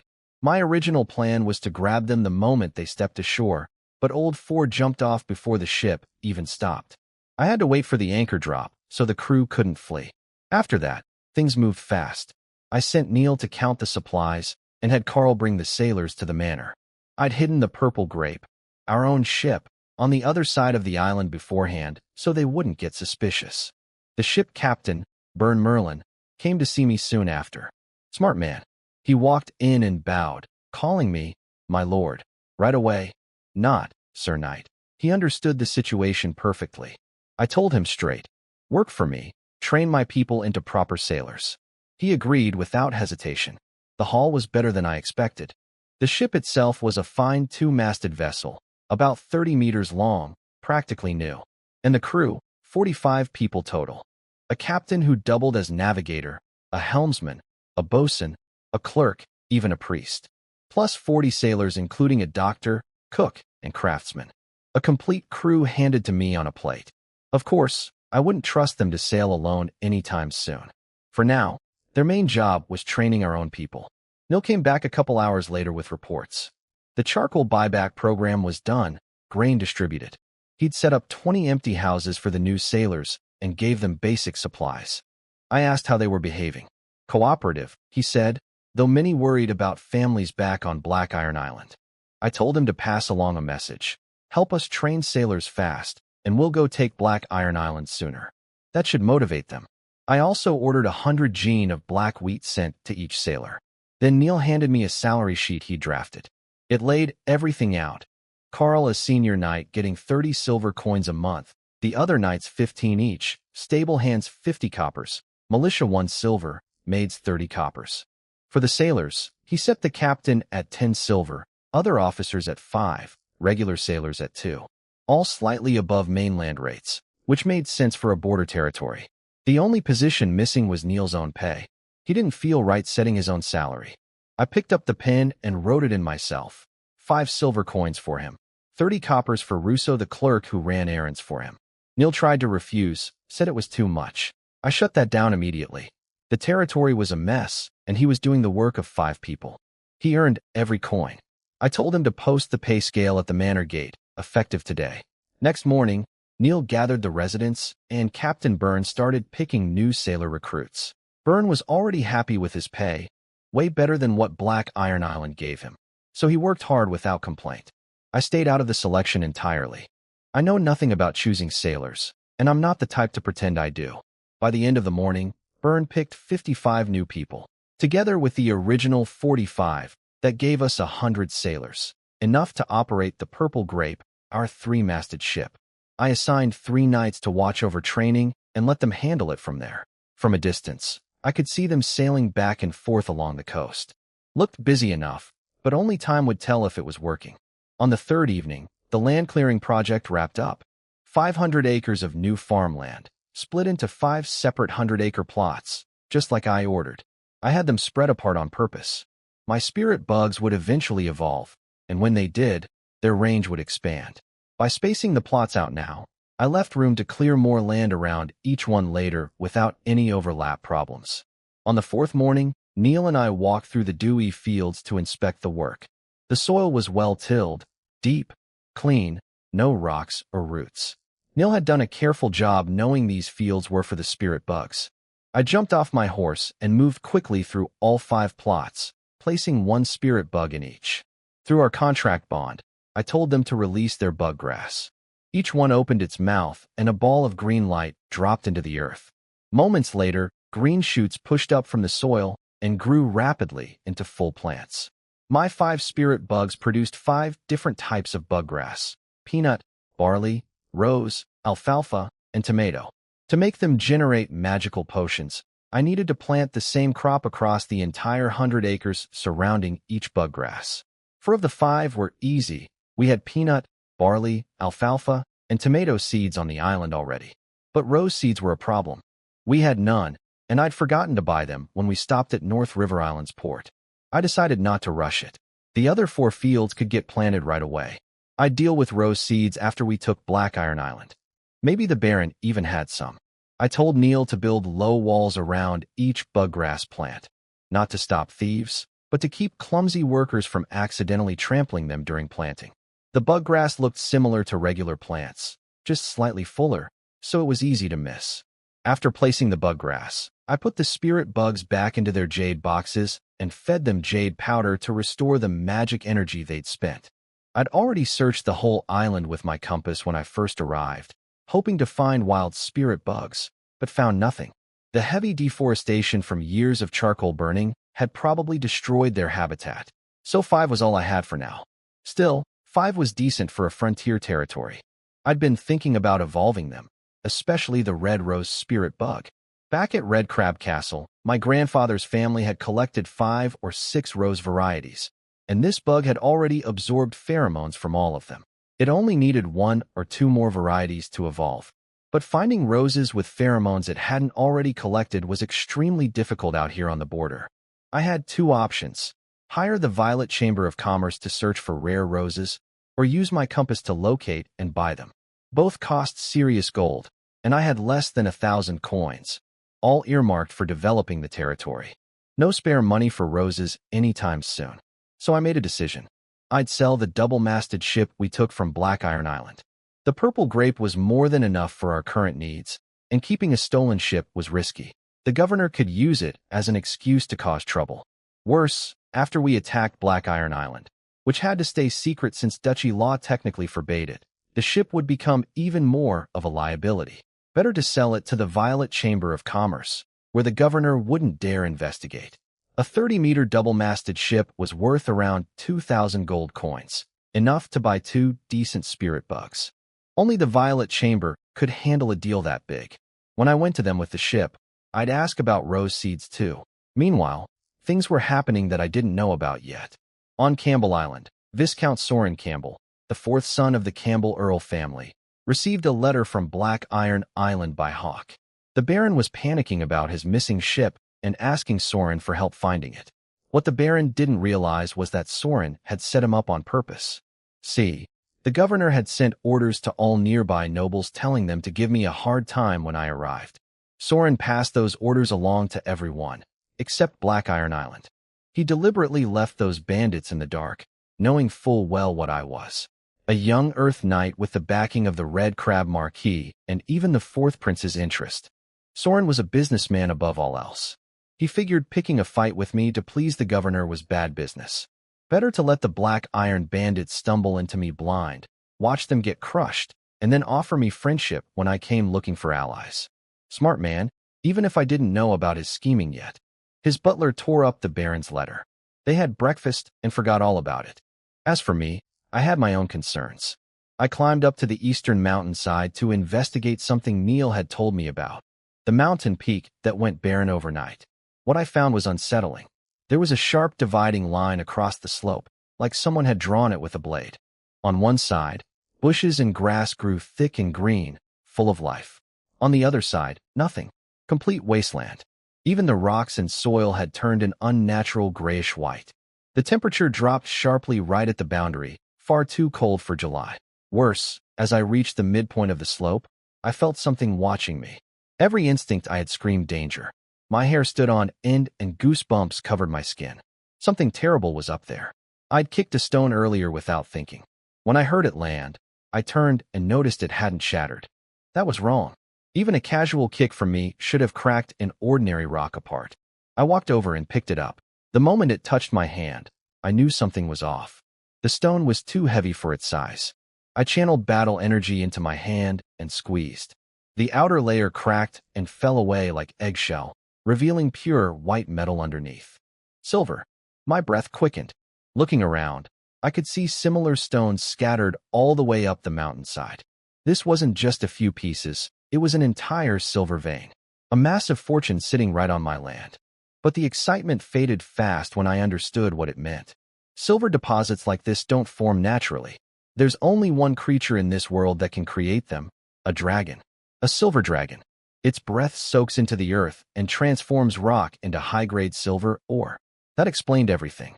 The barren mountaintop, the unnatural cold, the crushing pressure, the feeling of being watched. There was a silver dragon sitting on top of my mountain. My emotions were a mess. Joy and frustration tangled together.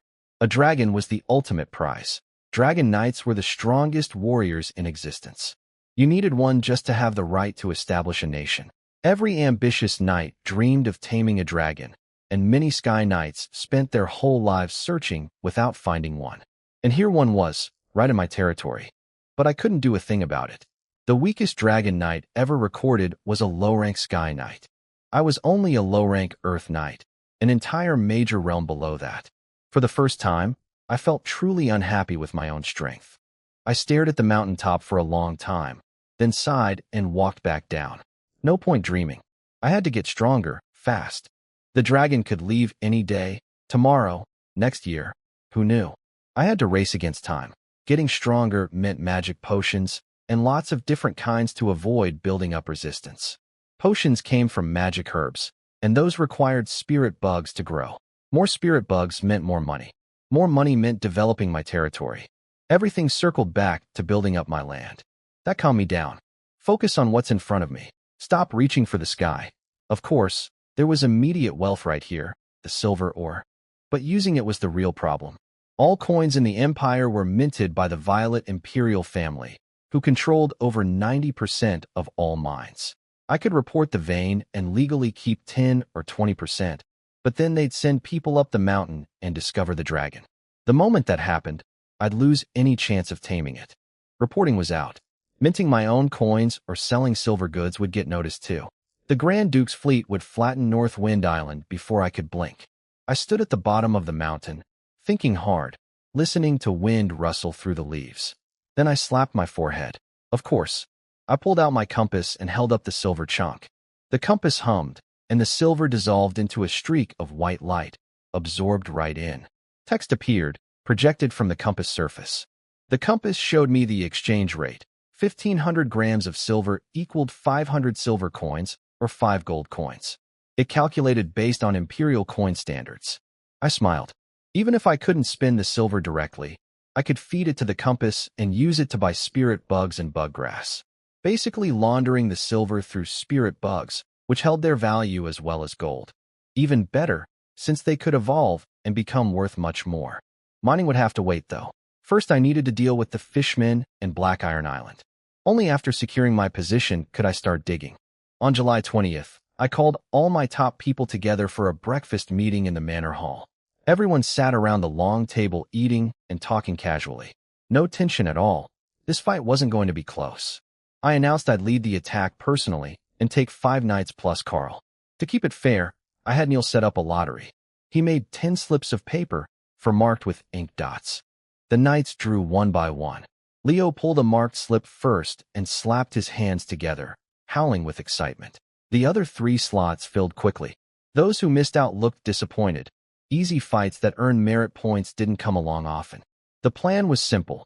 Carl would lead the land force with 5 knights and all 10 militia straight to the Fishman settlement. I'd take the purple grape around by sea to block their escape. Every fishman was a merit point toward my noble rank. I wasn't letting any swim away. When I boarded, Captain Byrne greeted me with a hat-off salute.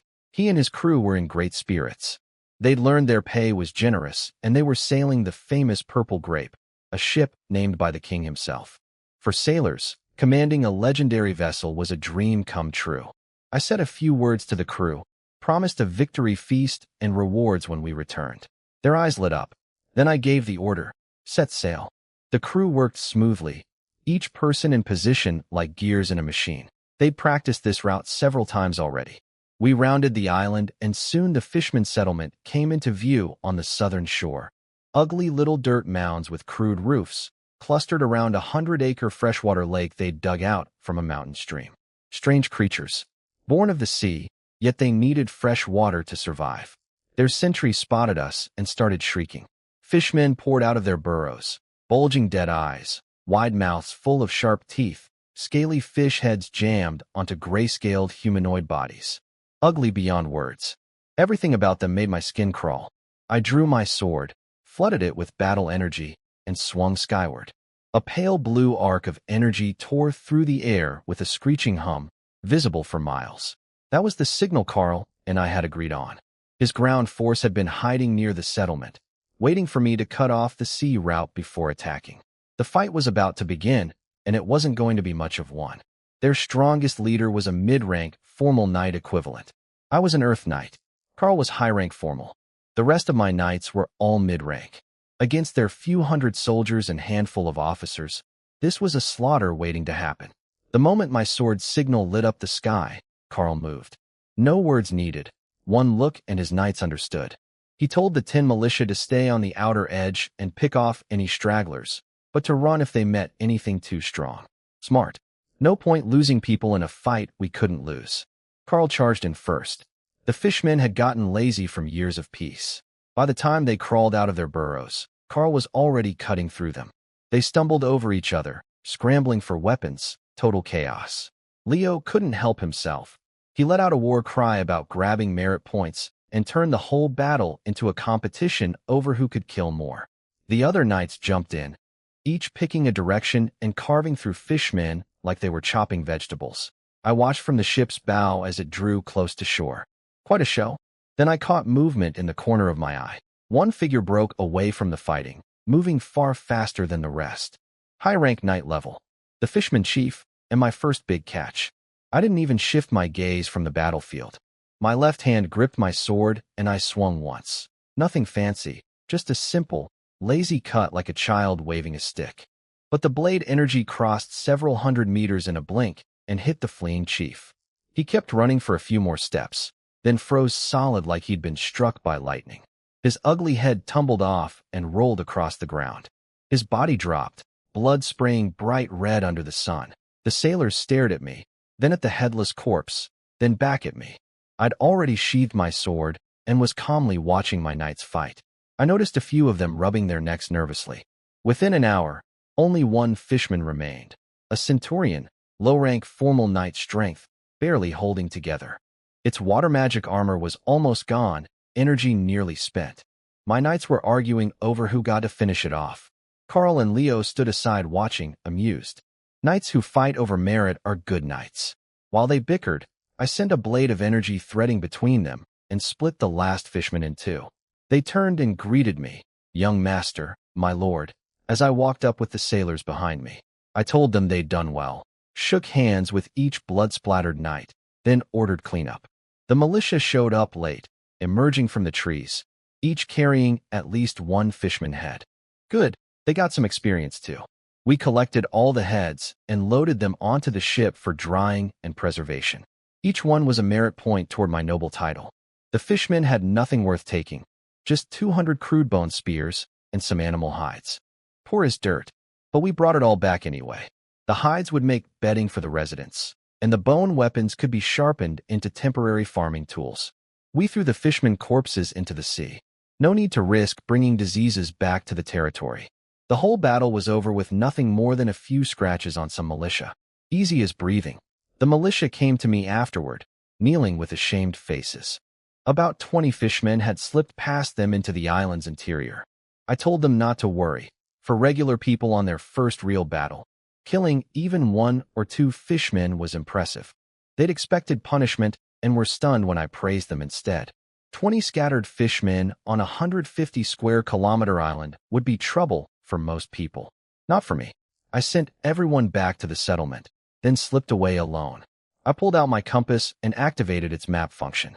Anywhere I'd previously explored showed up on the map, with markers for magical creatures and anyone with supernatural power.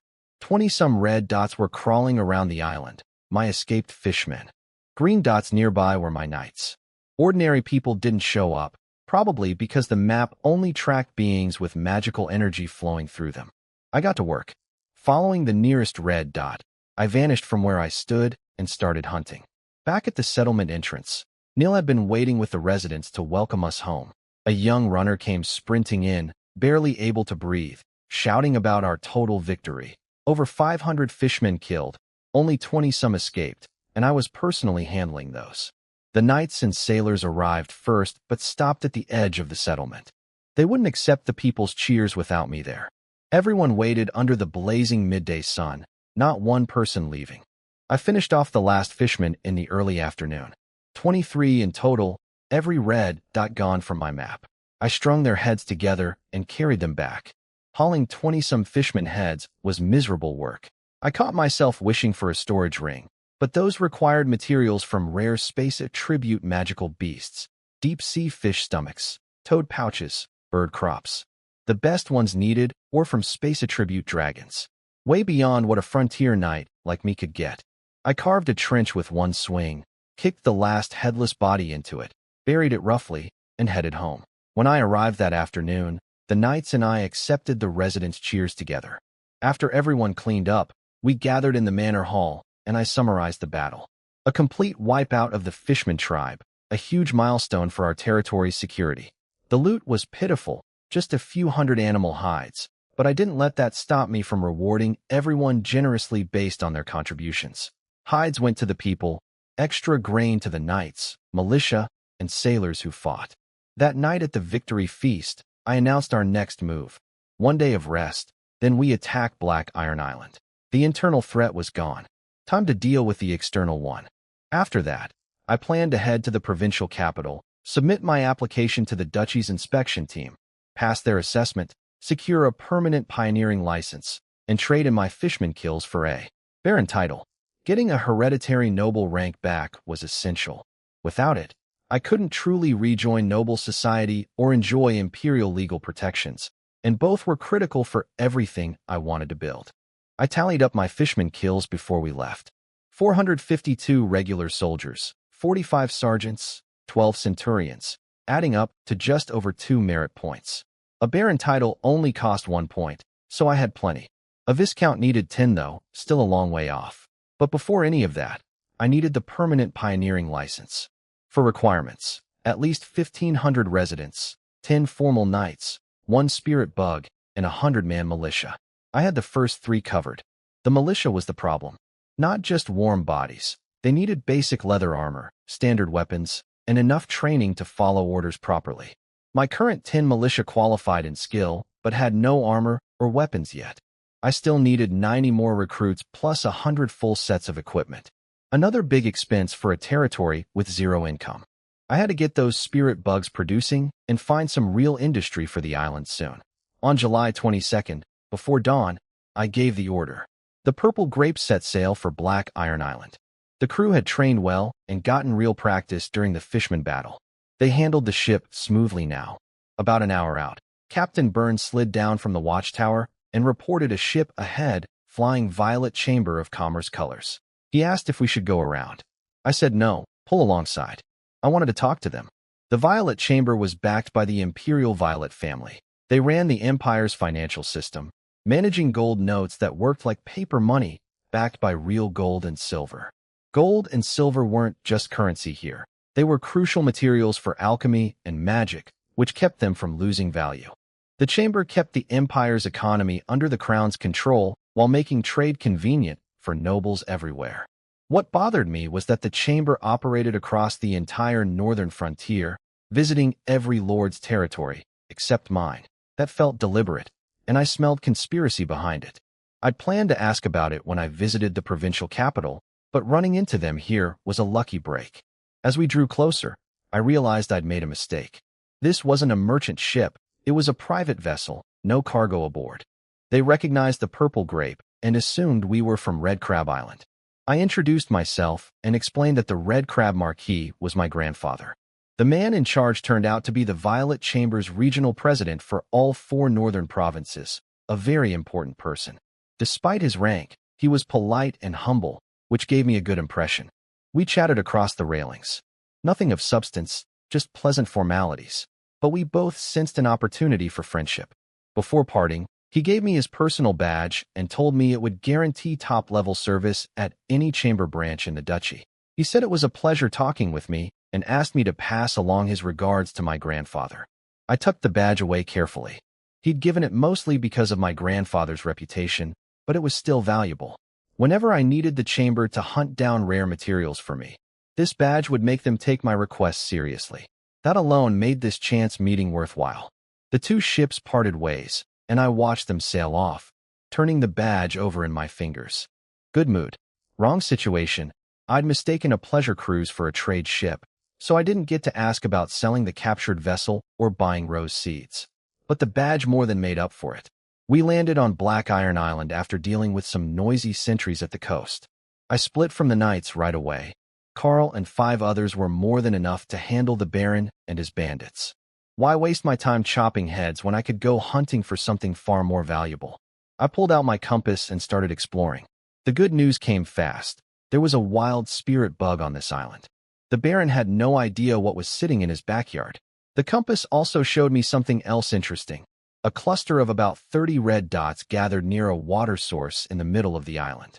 Could be magical beasts, could be something else. I decided to check that out after catching the spirit bug.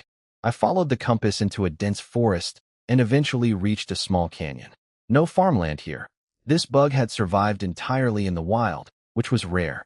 Most wild spirit bugs died young, without someone to bond with and protect them. This one had a trick, though. I found a thick, overgrown thorn bush with dried-up birds tangled in its branches. Dead for a while. That was my clue. This was a thorn spirit bug, a special type that could control its buggrass. Those birds had tried to eat the bug and got killed instead. The moment I stepped closer, a thorny vine lashed out at me like a whip, its spines glowing a sickly dark green. Poisonous. Would have been dangerous for a normal person. To me, it was laughably slow. I caught it between two fingers without moving my feet. The bug got angry and sent a dozen more vines at me from every direction. I snatched them all out of the air with one hand, ending up with a fistful of green tendrils. The thorns couldn't even scratch my skin. That took the fight out of it. I reached in, pulled the little bug from the center of the bramble, and pinched it gently between my fingers. It gave up instantly. The vines drooped and went limp. I took out jade powder, smeared it on my finger, and shoved it into the bug's mouth. It bit down on reflex, breaking my skin. It swallowed the blood and jade powder together, and a strange sensation flooded my mind. Contract formed. Just like that, the bug turned sweet. It nuzzled my palm and wriggled happily. The compass flew out of my coat on its own, hovering in front of me, showing updated text. Thorn bug now added to my unlocked list. 6 spirit bugs total. No others within range on this island, though. Just the one. I tucked the thorn bug safely into a jade box. First task done. Now for the second. Those mysterious red dots clustered by the water source in the center of the island. The smallest of Black Iron Island's 5 streams ran through there, and for some reason it was attracting what looked like magical creatures. Worth investigating. Could be trouble, could be opportunity. While I was exploring, Carl and the knights handled Black Iron Island exactly as planned. The Baron barely put up a fight along the way, only held out for a few hours behind his castle walls before Carl broke through the gate and killed him. Following my orders, they wiped out the Baron, his knights, their families, and anyone closely connected to them. No loose ends. At the iron mines, workers like a man called Pitchfork and his partner Dungscoop were just going about their day when a bloody corpse came flying out of nowhere and smashed a shed to pieces. My knights rode in and ordered everyone to get down. A few overseers who tried to run got cut down. The miners were terrified. They thought another warlord was taking over and their brief taste of decent life was finished. But Carl kept things controlled. He had the knights round up all the miners without unnecessary violence and march them back to the Baron's castle for sorting. The plan was to gather every resident on the island, screen them, and weed out anyone loyal to the old regime. Meanwhile, I was having a much more pleasant time. I followed my compass to the cluster of red dots near the island's smallest stream. The sound of a small waterfall greeted me, and I stopped to enjoy it for a moment before checking the map. The red dots were right behind the waterfall. Behind a waterfall, I couldn't help thinking of the Monkey King's water curtain cave. As I got closer, the temperature dropped noticeably and a faint stench filled the air. Definitely magical beasts hiding back there. Clever spot. Without my compass, nobody would think to look behind a waterfall. I almost drew my sword to cut through the water, but stopped myself. No point scaring them before I could see what I was dealing with. Instead, I reached through the curtain of water and felled along the rock wall until I found a gap. I jumped through into a dark, narrow cave, about 2 meters high, wide enough for 2 people side by side. The smell was stronger here. I scraped the wall and found a layer of translucent slime, sticky and foul. Felt like something from an amphibian, a salamander or frog. Then I heard it. A faint croak. Well, that settled that. No more guessing needed. I smiled, drew my sword, and walked straight in. At my level, I could sense any real danger long before it reached me. Nothing in this cave felt life-threatening. Whatever was in there, I could handle it alone. I passed through about 100 meters of narrow tunnel and came out into an enormous underground cavern, nearly 100 meters wide with a ceiling 10 meters high. What I saw at the bottom made my skin crawl, not from fear, but pure disgust. 30-some green frogs, each the size of a young calf, covered in slimy dark green skin, squatting in the dim light. I recognized them immediately from my family's library. Green poison frogs, low-level magical beasts. Their only real trick was spitting toxic fog that could paralyze, corrode, or kill ordinary people and apprentice knights. But that single ability made them easy to counter with the right preparation. More importantly, they bred fast, grew quickly, ate anything, and were simple to raise. That's when the idea hit me. Magical beast flesh was packed with refined magical energy that knights could absorb to speed up training. If I farmed these frogs at scale, my knights would never run short of magical meat. Any surplus could be sold, a genuine industry for the territory. I counted 32 frogs, then quietly backed out. These weren't for killing. They were going back to Northwind Island alive. But dragging 30-odd giant frogs around wasn't exactly dignified work for a lord, so I'd leave that job to the knights. Back at the Baron's castle, Carl gave me the full inventory. The haul was staggering, far richer than I'd expected.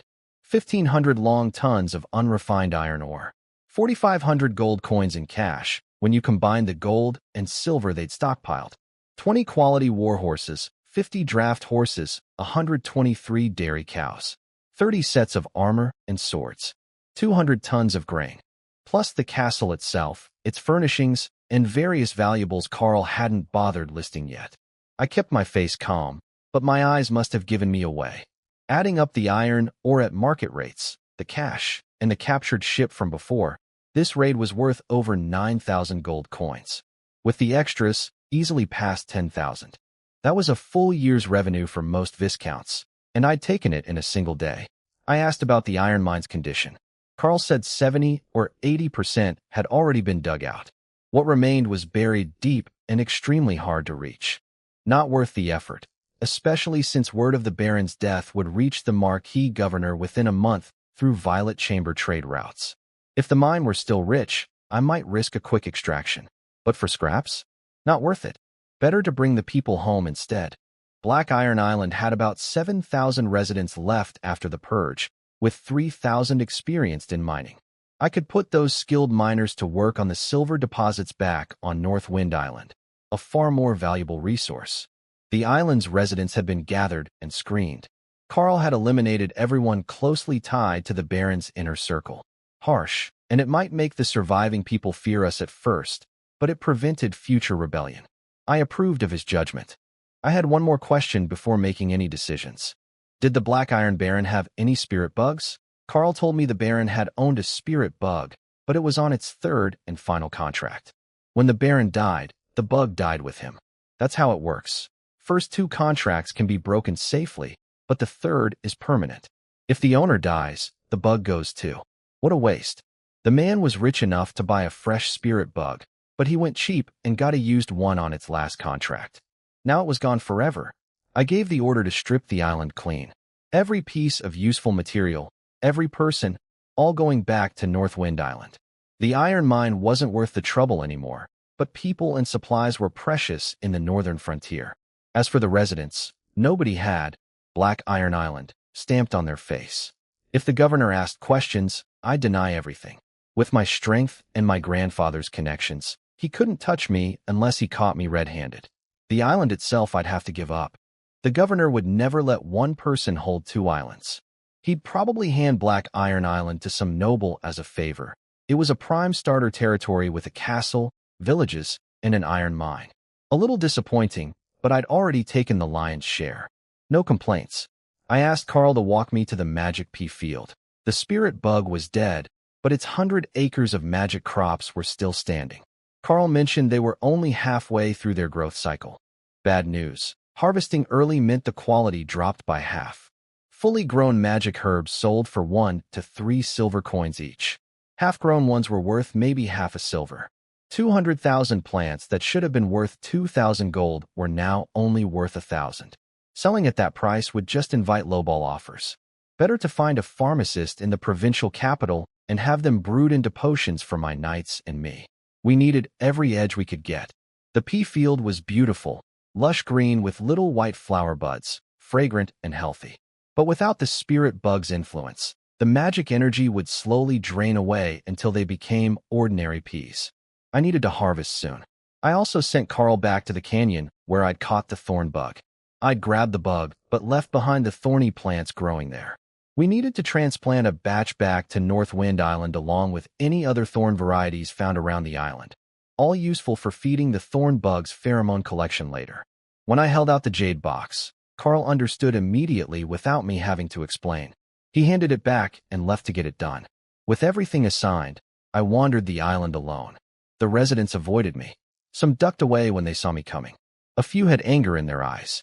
I understood. The Baron had actually been a decent ruler. He'd kept his bandit knights mostly in line, ran the island well, and earned his people's respect. They resented us for destroying their stable lives. But the Baron had made one fatal mistake, reaching his hand into Northwind Island and letting Gus terrorize my people. Different sides, conflicting interests. One of us had to go, and it wasn't going to be me. Right or wrong didn't enter into it. The residents' resentment wouldn't last. They weren't truly loyal to the Baron. They just wanted safety and stability. Give them that under my rule, and they'd forget the old lords soon enough. That was the nature of common people everywhere. If I ever fell from power, most of my own people would do the same. No room for mistakes in this world. Keep building, keep growing, never stumble. I spent 3 days on Black Iron Island, stripping it bare. Everything of value, packed up and ready to ship back to Northwind Island. On the third day, just as we were about to send the first load of supplies and people home, Captain Burns spotted 3 ships heading straight toward us from his watchtower. I called for battle stations immediately. Knights mounted up, swords drawn. But as the ships got closer, I recognized the crest on their sails, Campbell family. Viscount Soren Campbell. That calmed me down a little. The Campbells were a wealthy merchant earl family, stronger even than Ironstone Island at its peak. They almost never made enemies with other major nobles. Unlikely they'd be allied with a small-time baron. They probably just had trade connections with Black Iron Island. Still, this was bad timing. I'd planned to have everything cleared out before anyone came snooping. The fact that I'd killed a baron could not get out. Duchy law forbade it, and the Marquis governor would investigate if he found out. I steadied myself. Worst case, I had leverage. No one casually picks a fight with an Earth Knight. Corner one of us, and we can inflict devastating damage on any force before going down. My grandfather's name added another layer of protection. As long as I played the negotiation right and offered the right price, the Viscount wouldn't push too hard. What I didn't know was why Soren had changed his plans. He'd originally intended to sit back and wait for me to come to him after struggling with the other nobles' bullying. But something had shifted. Here's what happened on his end, though I only pieced it together later. His family had sent word that the fishmen up north were pushing back harder than ever. The island chain defenses were crumbling. The smaller noble families stationed near the front couldn't hold. The Grand Duke, forced to act, had opened the door for Marquis-level families to send up to 3 children as pioneering knights to the frontier, positioned right near the dangerous island chain. That changed everything. My grandfather, the Red Crab Marquis, would certainly send family members. And with me already established out here, I'd naturally become the leader of that group. My value had skyrocketed overnight. I wasn't just a talented young knight anymore. I was a bridge to a Marquis family. And soon I'd have even more backing as my grandfather could now openly support me without political risk. Soren was a businessman to his core. When an asset's value jumps, you don't sit around waiting for it to come to you. You go make the deal before someone else does. So he'd dispatched scouts to watch Black Iron Island, and the moment he heard I'd taken it, he rushed over with his entire fleet, offering to help me transport my spoils. I didn't know any of this yet. All I knew was 3 ships were approaching, and I needed to handle this carefully. Hopefully this goes smoothly, I muttered to myself, already preparing for the worst. Soren's fleet landed, and we sat down to talk. I opened with a polite greeting, keeping my guard up. But Soren skipped the pleasantries entirely. He read the suspicion on my face and went straight to the point. Aren't you curious why Black Iron Island had no idea who you were? That one sentence told me everything. Soren had deliberately blocked the information. The governor's orders went through him to the other nobles, and he'd simply left Black Iron Island out. The Baron never even knew I existed. Then I owe you thanks, Viscount, I said carefully, still testing his intentions. He waved that off. Said even without his help, the result would have been the same. Just slightly messier for me. True enough. He wasn't trying to hold it over my head. Why are you really here? I asked directly. To help you move your spoils. That's a lot of goods and people to transport. No threats, no leverage, no demands. Just an offer of help. He wanted to be friends. I thanked him, but didn't promise anything in return. Words were cheap. I judged by actions. With that, the negotiation, if you could call it that, was over in minutes. We both understood each other's position and got to work. His 3 ships were all 3-masted, even bigger than the Purple Grape. With 4 ships total, we could empty Black Iron Island in a single day. When he saw the iron ore being loaded, Soren offered to buy it, paying in gold or finished iron ingots. I was interested but had something to verify first. I asked for 10 days to decide. He agreed without pushing. Then I had an idea. Looking at the piles of miscellaneous goods my knights hadn't finished cataloging, I proposed a deal I called a blind box. I'd take the iron ore, grain, people, magic herbs, armor, weapons, and livestock. Everything else, whatever we'd already found plus whatever was still hidden on the island, along with the island itself, I'd sell to him for 1,000 gold coins. I sweetened it by throwing in the Baron's breathing technique and combat skills. Junk quality, but worth about 500 gold on the open market. The remaining 500? An island that size. He'd make it back just scratching around. He laughed and called it an interesting way to do business.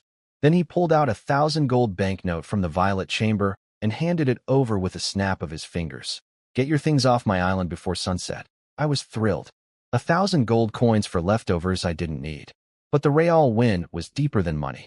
By buying into the spoils, Soren had made himself my accomplice. He participated in looting a conquered baron's territory. If he ever tried to report me, he'd go down too. He wasn't stupid. He knew exactly what he was agreeing to. That was my test. If he'd refused the deal, I'd have doubted his sincerity about wanting friendship. The fact that he took it without hesitation told me his goodwill was real. At least a few degrees of it. You have my word, I said, feeling lighter than I had in days. By sunset, not a single thing of mine will be left on your island. By July 25th, everything from Black Iron Island was finally moved and settled on North Wind Island. Neil was run ragged, 7,000 new residents overnight, and he only had Russo to help with minor tasks. He must have told me 30 times that day to train more clerks. I agreed completely. Pick whoever you want, I told him. The one big decision I made that day was approving Neil's plan to split our population into 10 separate villages across the island. With nearly 10,000 people now, keeping everyone in one spot wasted manpower and land. Each village would get its own farmland and a trained manager from the manor, rotated regularly. It was standard practice for noble territories across the empire, proven effective countless times. I approved it on the spot. The problem was building materials. We needed roughly 4,000 new houses, which required massive amounts of lumber. But the island was practically bare. The old baron's charcoal production had stripped almost every tree. Black Iron Island was the same. I briefly considered salvaging wood from the abandoned buildings there, but tearing down houses took too long, and I couldn't risk being caught near that island when the governor came investigating. That idea died immediately. We'd have to buy wood from neighboring nobles. I sent Carl to the provincial capital with 3 assignments. First, buy 100 sets of leather armor and standard weapons for the militia. Second, visit the Violet Chamber of Commerce and find out why they'd never sent traders to North Wind Island, and whether the governor was behind it. Third, gather as many plant seeds and seedlings as possible matching our 6 spirit bug types. I told him plainly, getting the job done mattered less than coming back alive. If anything felt wrong, run. After Carl left, I went to check on our treasury. Several large chests in a side room of the manor, filled with gold coins gleaming under the light. 900 left from my original 1,000, plus 4,500 captured from Black Iron Island, plus the 1,000 gold banknote from Soren that I'd given Carl for purchases. The iron, ore, magic herbs, and captured ship still hadn't been sold. Another 4,500 once they were. Raiding really was the fastest way to get rich. I set aside 2,400 as territory reserves and kept 3,000 for personal use. First purchase, roses for my compass. Neither the Black Iron Baron nor Soren had the rose varieties my spirit bug still needed. I'd ordered about 200,000 common rose seedlings from Soren, enough for 100 acres, on a pay-on-delivery basis. Those would fill the empty land around my rose bug grass and eventually become magic herbs. But since the bug had already absorbed pheromones from these common varieties, they wouldn't help with evolution. Finding new varieties was the real challenge. My grandfather's Red Crab Island already had nearly every rose variety in the duchy. Finding one they didn't have was extremely difficult through normal means, and I refused to keep bothering my grandfather for help. He'd already done so much. So I decided to buy 1 or 2 varieties from the compass. If I got lucky and found a variety that didn't even exist in the duchy, I could send cuttings to grandfather. With Red Crab Island's enormous collection of rose spirit bugs and small spirits, a new variety might trigger the birth of new small spirits or even great spirits. That would be a real gift, a way to finally give something back to the man who'd given me everything. I looked around at the gold-filled chests one more time, feeling solid ground under my feet for the first time in a while. Then I pulled out the compass. After feeding it the 995 gold coins I'd counted out, the balance hit 1,000. I gave the command, purchase 1 rose variety. The compass spun and spat out a single point of light that landed and became a potted rose plant. The flowers were so deeply red they looked almost black, and even the stems and leaves had a reddish tint to their green. The compass provided information: blood-devouring rose, a mutant species that grows in mass graves on ancient battlefields, feeding on blood energy and death energy. Cannot survive in normal environments. Good news and bad news wrapped together. The good: this variety almost certainly didn't exist anywhere in the duchy. No mass graves here for it to grow in. That made it perfect for my spirit bug's evolution, a completely new pheromone source. The bad: I could never cultivate it on my territory. It would die in normal soil. Thankfully, the compass only released 1 sample plant out of the 100 I'd purchased. The other 99 stayed stored inside. Smart design. If it had dumped all 100 out at once, they'd all wither and die within hours. This way, I could pull them out one at a time whenever needed. Use one for pheromone collection, lose just that one when it dies. No time to waste. The exposed plant could wilt any moment. I grabbed the rose bug's jade box and the thorn bug's box, mounted up, and rode hard to the spirit bug fields. Neil had done good work while I was gone. 4 of the 5 buggrass plots were surrounded by low walls, and matching crops filled the 100 acres around each one. Some plants closest to the buggrass were already showing changes, early signs of becoming magic herbs. The farmland had expanded to nearly 3,000 acres too, almost a third of my 10,000-acre goal. Neil really was invaluable. The pay system was working beautifully. Workers earned copper coins that mostly flowed right back to the manor through the trading post. A self-sustaining cycle. I hopped over the wall to the rose buggrass, set down the blood-devouring rose, and placed the spirit bug on the flower. Through our contract bond, I felt a burst of pure joy from the little creature. It scrambled excitedly over every petal, absorbing and collecting the new pheromone. The process finished quickly, but when I put the bug back in its jade box, something hit me. A wave of intense restlessness and hunger flooding through the contract link. Far stronger than anything I'd felt from it before. My eyes went wide. I knew exactly what this meant. I'd watched spirit bugs evolve back at my family's estate. This kind of frantic hunger was the sign that evolution was about to begin. My guess had been right all along. The rose bug had already collected more pheromone varieties than any of my other bugs. This last new variety, the blood-devouring rose, had pushed it over the edge. I grabbed a huge handful of jade powder and dumped it straight into the box. The rose bug threw itself at the powder like it was starving, devouring it frantically. This binge-eating phase would last about 3 days. During that time, the bug would gorge itself, stockpile magical energy, and grow to about 1.5 times its current size. After 3 days, it would stop eating, curl up, and go completely still. Then came the dangerous part, the fat cocoon stage, lasting 1 to 2 months. The bug would age rapidly, its body decaying. If unlucky, it would simply die and crumble to dust. If lucky, one day it would tear through its old skin, sprout wings, take on a roughly humanoid shape, and emerge as a small spirit.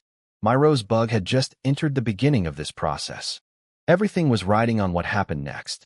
A small spirit was a huge upgrade from a spirit bug. Intelligence jumped dramatically. It could fly.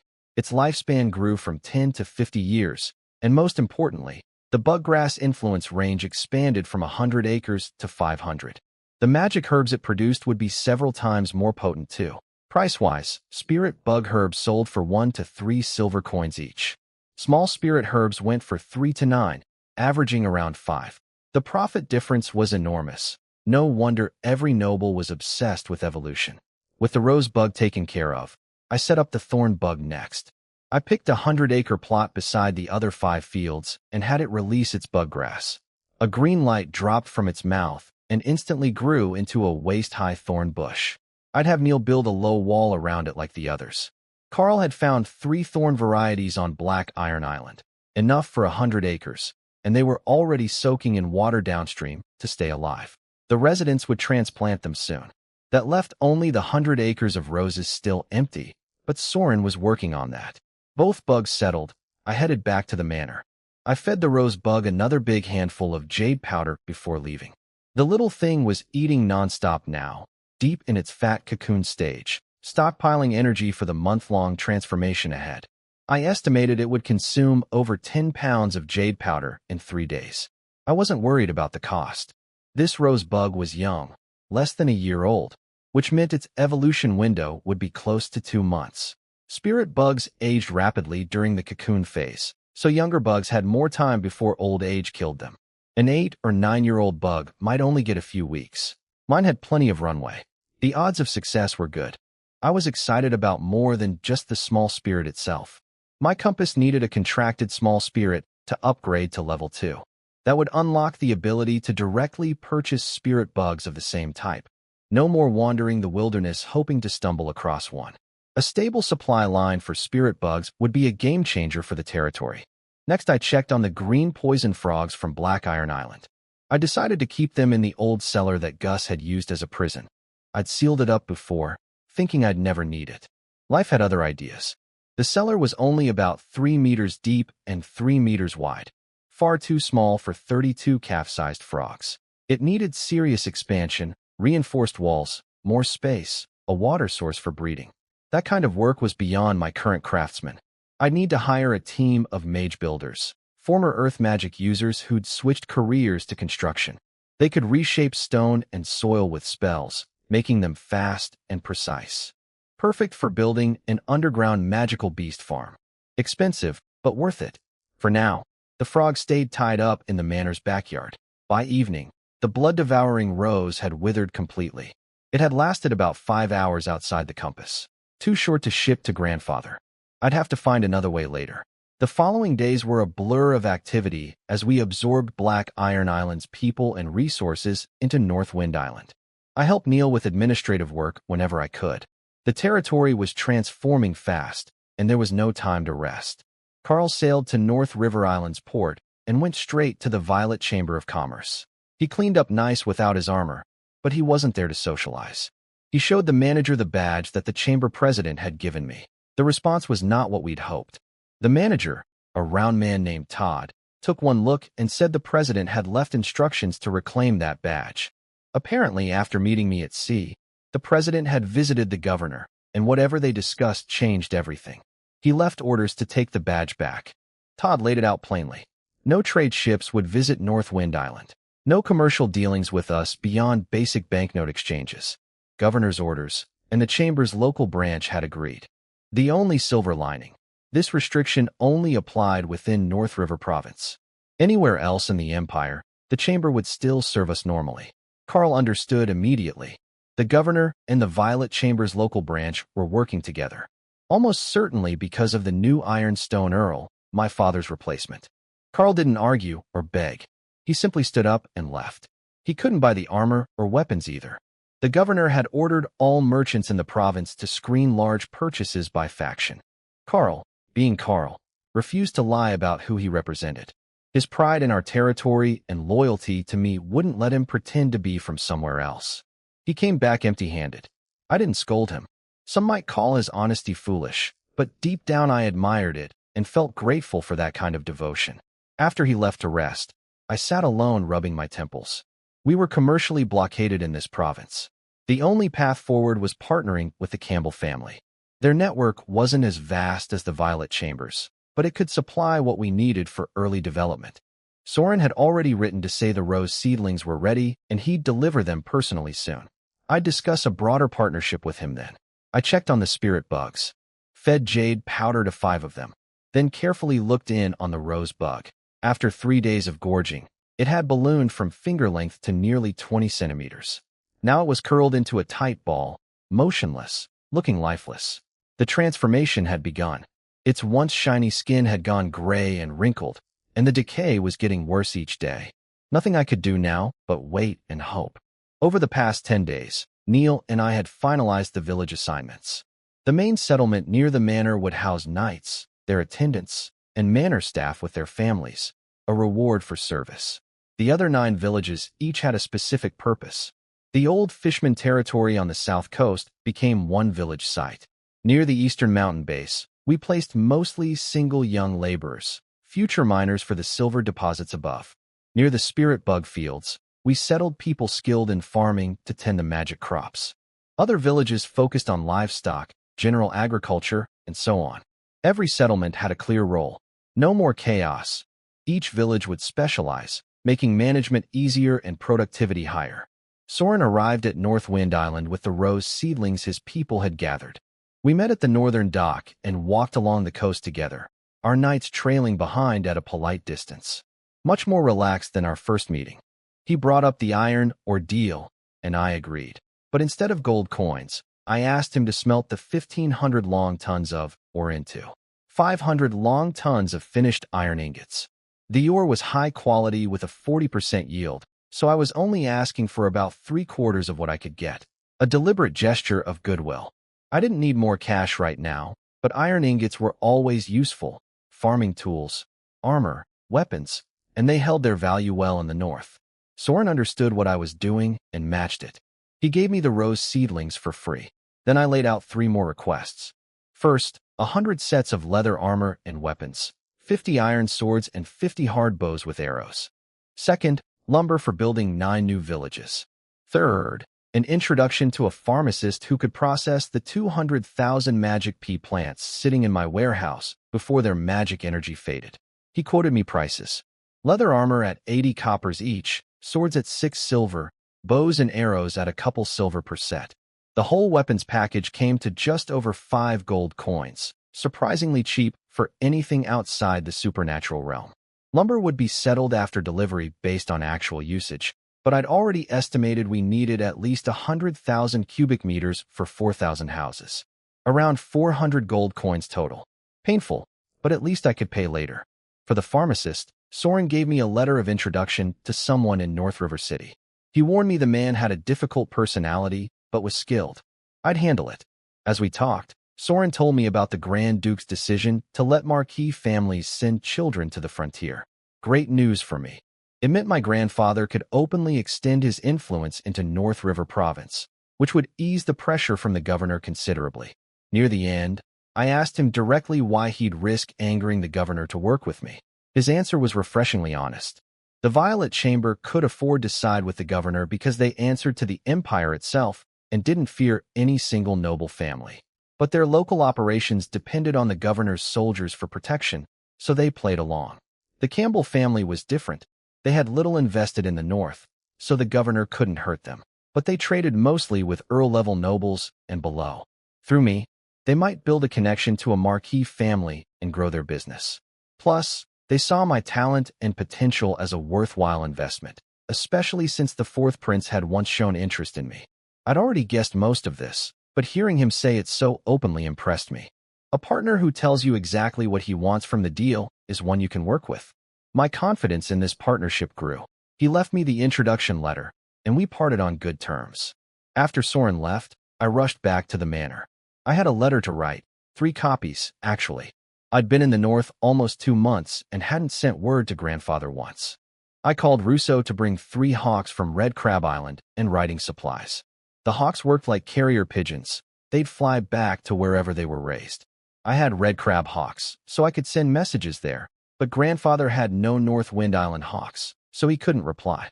One-way communication only. I'd need to buy and raise young hawks eventually to fix that. For now, I sent 3 identical letters on 3 separate hawks to reduce the chance of all being lost. The letter was straightforward. I told grandfather I was doing well, thanked him for his support, and mentioned I'd found a rose variety that didn't exist anywhere in the duchy.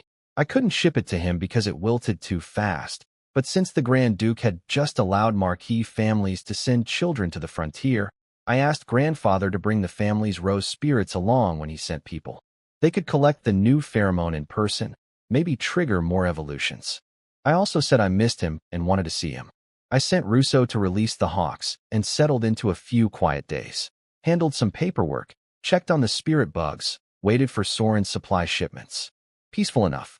3 days later, on August 14th, a small Campbell family boat arrived, not with supplies, but with a letter. The wax seal was intact, stamped with the Campbell crest. I read it alone in my study. Then I crushed the paper in my fist, burned it with battle energy, and tossed the ashes in the waste basket. The governor already knew about Black Iron Island. He'd found out the Baron was dead and the island had been taken. A special envoy was coming to investigate. Soren warned me to prepare and not leave any evidence. I wasn't worried about the investigation itself. Without catching me red-handed, the governor had no legal basis to punish me. What annoyed me was just seeing the governor's name. That old man had been making my life difficult since I arrived. First, he tried to stick me with a terrible territory. Grandfather's gift of this island saved me. Then he ordered nearby nobles to harass me. Luckily, I hadn't dealt with most of them yet. Then he got the Violet Chamber to cut off my trade routes. Behind it all was my dear brother Rame, the new Ironstone Earl. The governor was just his puppet out here, and I couldn't touch either of them. The governor was one of 7 imperial marquises with ties to the Grand Duke. Rame controlled the Ironstone Knights, 800 strong, half of them formal knights, 2 vice commanders who were Earth Knights, and a mysterious commander who might even be a Sky Knight, plus a shadow guard of 200 elite soldiers my father had trained. Even if Rame only controlled 80% of those forces, it was enough to wipe North Wind Island off the map, if not for imperial law and the complicated political web protecting me. For now, all I could do was keep building and wait for my moment. Shortly after Soren's messenger left, another ship appeared heading for North Wind Island. The sails bore the Violet Chamber of Commerce's markings. What are they doing here? I was confused when a Violet Chamber ship appeared at my island. Hadn't they just told Carl they'd never do business with us? What happened to their principles? But when I reached the dock and saw the miserable look on the merchant's face as he handed me a letter, everything clicked. The wax seal bore my grandfather's personal stamp. The Red Crab Marquis had spoken, and suddenly the chamber was tripping over itself to deliver his mail. The same people who'd snatched back their president's badge and slammed the door in Carl's face were now sailing all the way to North Wind Island without a word of complaint. It was a sharp reminder of how power worked in this world. Different rules for different ranks. It only made me more determined to grow stronger. Grandfather's letter was short. He agreed to come, bringing the family's rose spirits along. He'd arrive at the end of August. Wonderful news. His visit alone would boost North Wind Island's reputation, and I wanted to show him what I'd built. I told Neil that evening. The man nearly trembled with excitement. He'd grown up on Red Crab Island idolizing the Marquis, but never had the status to meet him. Now as my political officer, he'd get to sit at the same table. I told him to prepare the dock, plan a proper welcome, and write up a list of anything we needed. I'd be going to the provincial capital soon and could buy supplies then. Neil also reported on ongoing work. Thorn transplanting was done, iron ore exchange with Soren was moving forward, and he drafted road plans connecting all 10 villages to each other and the manor. I looked over his map and approved it.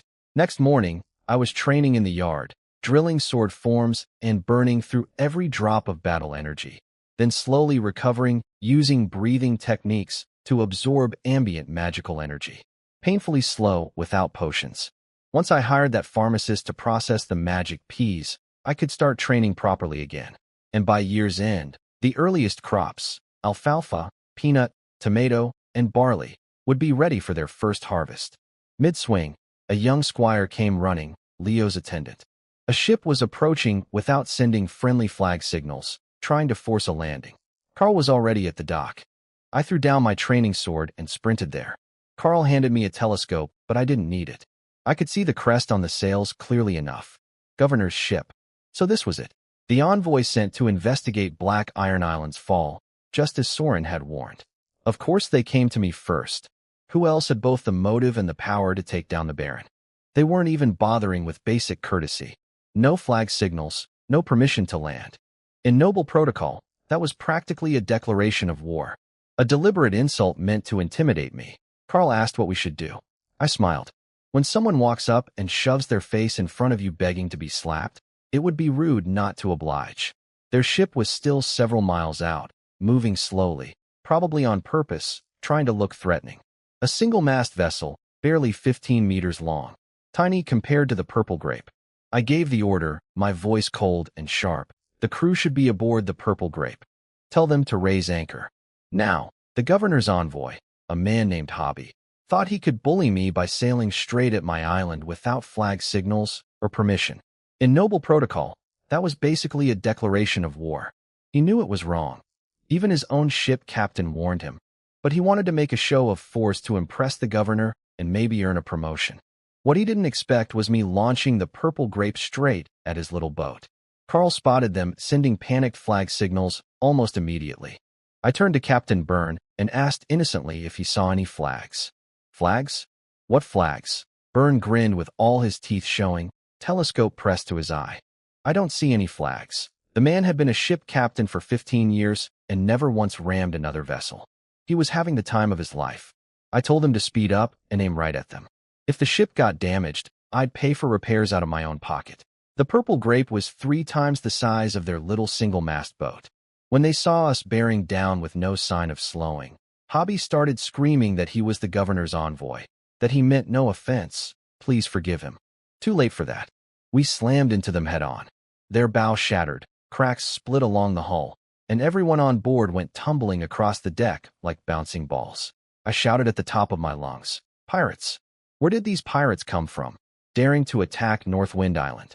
"Kill them all!" Hobby scrambled to his feet, terrified, screaming that they weren't pirates, they were the governor's special envoy. I put on a perfectly straight face, turned toward the direction of the provincial capital, and gave a respectful noble's bow. "The governor," I said reverently, "is a marquis of the highest standing, a man of noble birth, impeccable education, gentle temperament, humble manners, and strict respect for the law." Then my voice went ice cold. His envoy would surely behave just like him. Courteous, lawful, civilized. A true envoy of the governor would never barge into another lord's territory without permission. That would be rude, illegal, and stupid. Are you saying the governor himself is the kind of man who tramples the law and acts like a bandit? You dare impersonate his envoy? That's a serious crime. I turned to my knights. Someone go down there and arrest this fraud. I'll hand him over to the governor personally when I visit the capital. Let the governor deal with this criminal who dared disgrace his good name. Hobby stood on his wrecked deck, mouth hanging open, with absolutely nothing to say. My knights jumped onto their ship and made quick work of it. Hobby drew his sword and tried to fight. I'll give him credit for courage, if not brains. A peak formal knight thinking he could take on my people. One sword flash, and he was done. They found a priest hiding in the lower cabin, wearing church robes.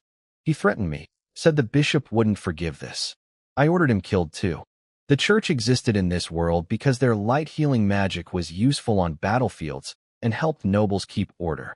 But they had no real power against the nobility. A bishop might have given me pause. A lowly priest with apprentice-level magic making threats? That was asking to die? When the ship was clear, I had Byrne chain it to the Purple Grape. Captain Byrne asked cautiously if this had been too aggressive. After all, these were the governor's people. I told him it wasn't his concern. I wasn't worried. The envoy had barged in without flag signals or permission, practically an act of war. Even if it went to an imperial tribunal, I had a case. But the real reason I felt safe was simpler. Grandfather was coming to visit within weeks. The governor surely knew this already. A personal visit from the Red Crab Marquis, something he hadn't done for anyone in decades, was the clearest possible signal that he stood behind me completely. With Marquis families now officially allowed on the frontier, the governor couldn't afford to keep antagonizing someone backed by the strongest non-royal marquis in the empire. The governor himself was a marquis only in name. He'd received his territory recently and had shallow roots. My grandfather had been a landed marquis for decades with deep, established power. I was 80% certain that both this incident and the Black Iron Island affair would quietly disappear once grandfather arrived. The governor might even stop his harassment entirely. His real quarrel wasn't with me anyway. It was my brother Rame pulling his strings. We towed the wrecked ship south for about 100 miles. Then I cut it loose and sank it personally. Hard work, sinking a ship. Didn't earn a single gold coin for my trouble, but at least I got some exercise. What I didn't notice was a griffin circling high above, with a rider watching everything. Back in the provincial capital, the governor received the report from his shadow agent. His reaction was perfectly calm. He didn't even stop drawing on his map. He'd sent Hobby knowing exactly what would happen. This gave him something to report to Ironstone Island. Look, I sent an envoy and lost a whole ship. I've done enough. His butler confirmed that the Red Crab Marquis had departed that very morning, heading for Northwind Island. The governor made his decision on the spot. All future actions against me were cancelled. He'd send word to Ironstone Island about the sunken ship and the trade blockade, tell them he'd done his part, and wash his hands of the whole affair. He'd lost a ship and cut off my trade, enough to satisfy Rame. And by dropping the investigation into Black Iron Island and stopping the harassment, he'd show proper respect to my grandfather. Let Ironstone Island and Red Crab Island sort out their own feud. He wanted no part of being caught between two marquis-level powers over one young knight. The governor was trying to play both sides, and honestly, given his weak position, it was probably the smartest thing he could do. 3 days after sinking the governor's ship, Soren's merchant fleet arrived with my supplies. Soren didn't come himself this time, just sent a manager. 500 tons of iron ingots went straight into storage. My handful of blacksmiths were barely competent, good enough for farming tools and kitchen utensils, but nowhere near skilled enough for quality armor or swords. I need to find some dwarf smiths eventually, maybe at an auction or from slave traders. The leather armor and weapons went to the training grounds, ready for the militia once I selected them. The manager handed me a wooden box before leaving, a gift from Soren. 10 crystal vials of talent testing potion. I'd mentioned wanting to train new knights in passing during our last conversation, and he'd remembered. The man truly had sharp instincts. I sent my thanks and meant every word. With the potions in hand, I could start recruitment immediately. My plan was to select 100 militia first, train them up, then make each one a squad leader responsible for training 5 more recruits. By late November, I'd have 600 militia, enough for current needs. That timeline mattered because every December, fishmen migrated south in force. Once I had my permanent pioneering license and baron title, I'd be required to send knights and at least 100 militia to fight at the island chain. No exceptions. The duchy punished anyone who shirked this duty. Militia selection was straightforward. Strong men between 25 and 45. I sent 9 knights out to the villages, each picking 20 candidates from their assigned settlement. Then I'd choose the best 90 from the pool. Knight selection was trickier. Candidates needed magical sensitivity, real talent, not just muscles. Without it, years of training would produce nothing. The ideal age range was 15 to 25. Younger kids couldn't handle the physical intensity and might develop lasting injuries. Older people had hardened energy pathways that resisted magic absorption. Carl asked whether women could participate. Fair question. Female knights existed in this world, mostly in progressive noble families. They couldn't be drafted for major campaigns like the Fishman defense, which only conscripted men. That made them less practical for most lords. I decided to accept women for knight training if they volunteered and passed the talent test, but militia stayed men only. My territory was small, and every talented person counted. Female knights could guard the territory if they couldn't join campaigns. Once our population grew and knights weren't so scarce, I'd probably switch to recruiting only men. This world's traditions had developed over tens of thousands of years for practical reasons, and I wasn't interested in overturning them based on ideals from another life. I was a noble now, and I'd think like one.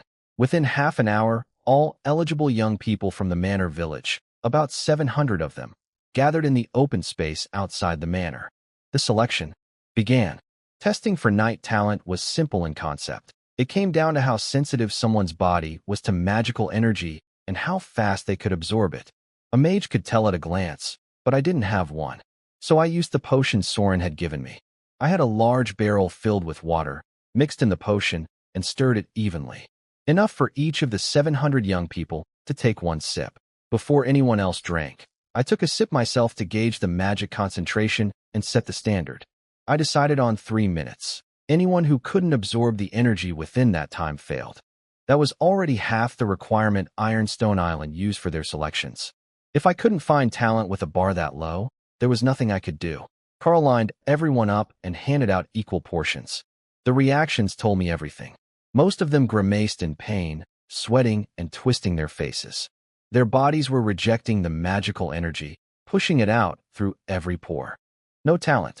A smaller group felt nothing at all.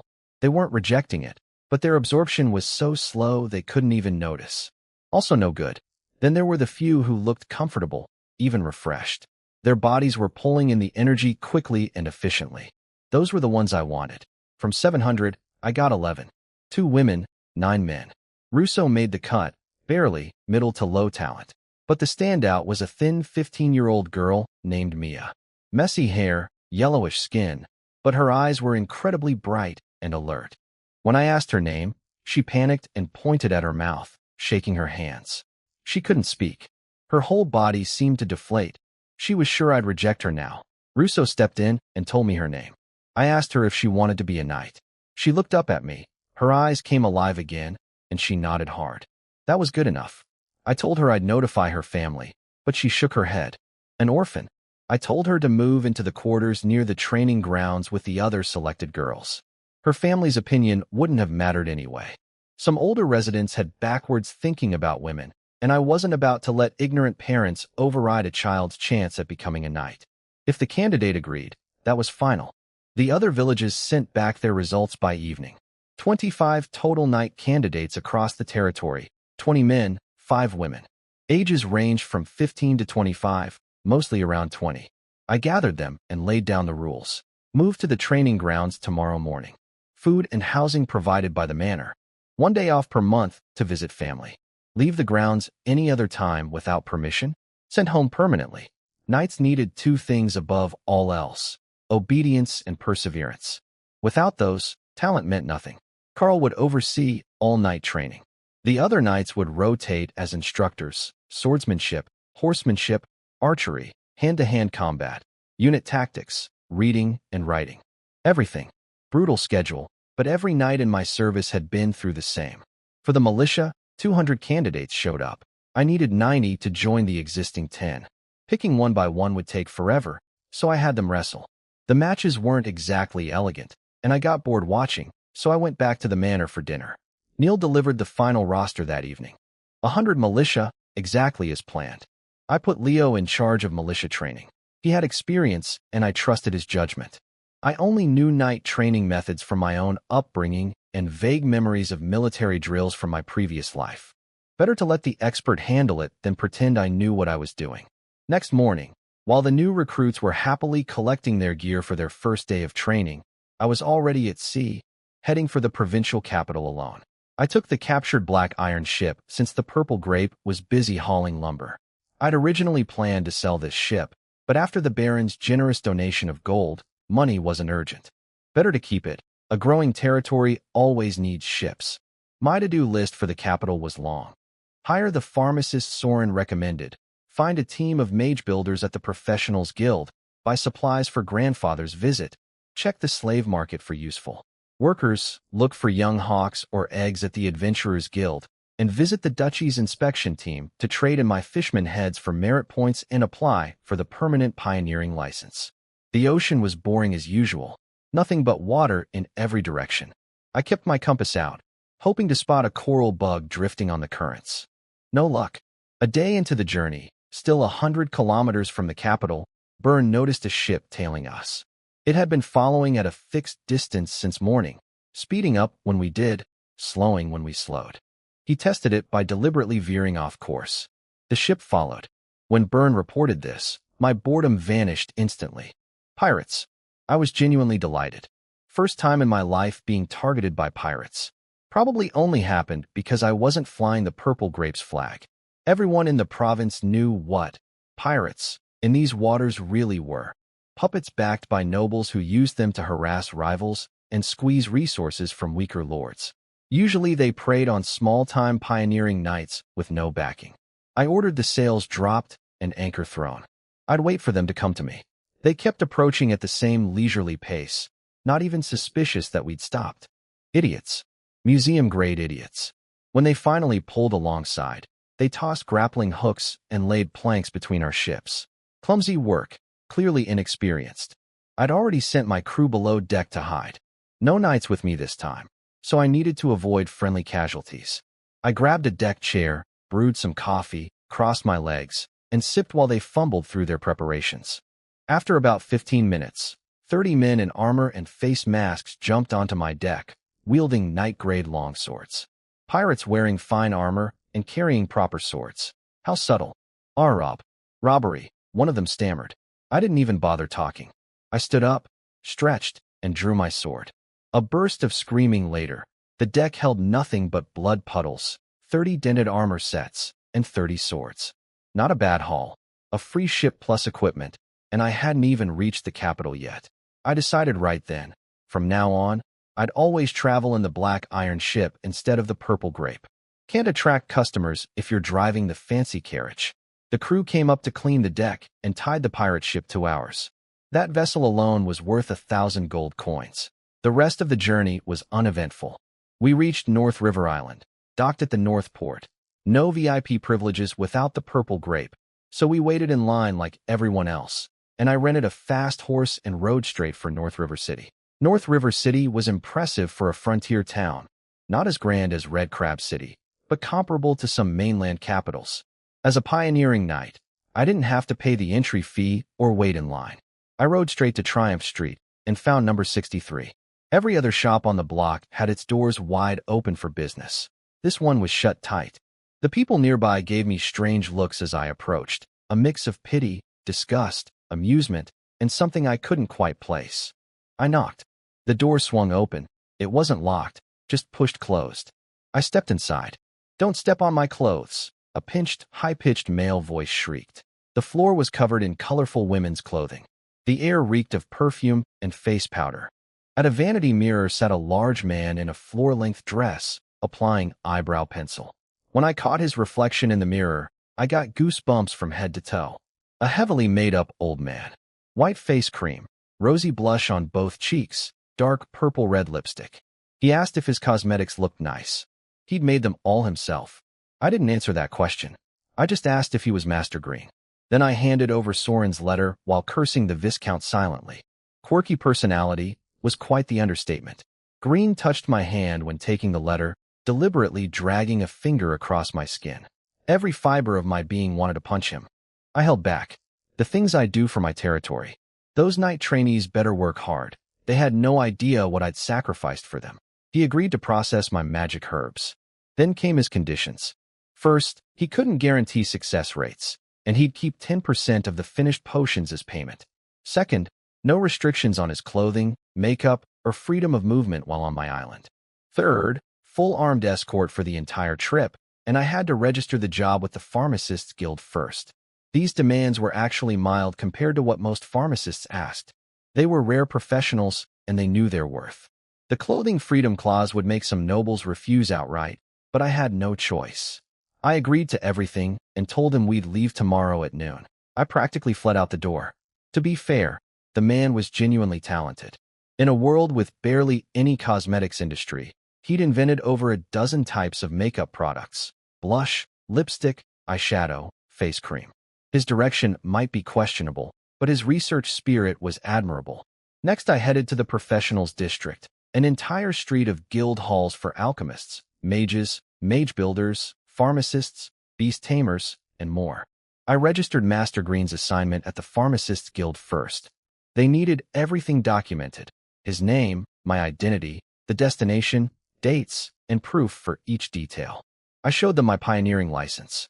This system protected professionals from being kidnapped or murdered by unscrupulous nobles. Kill a knight and nobody might care. Kill a pharmacist and the guild would hunt you down. Nobody messed with these people.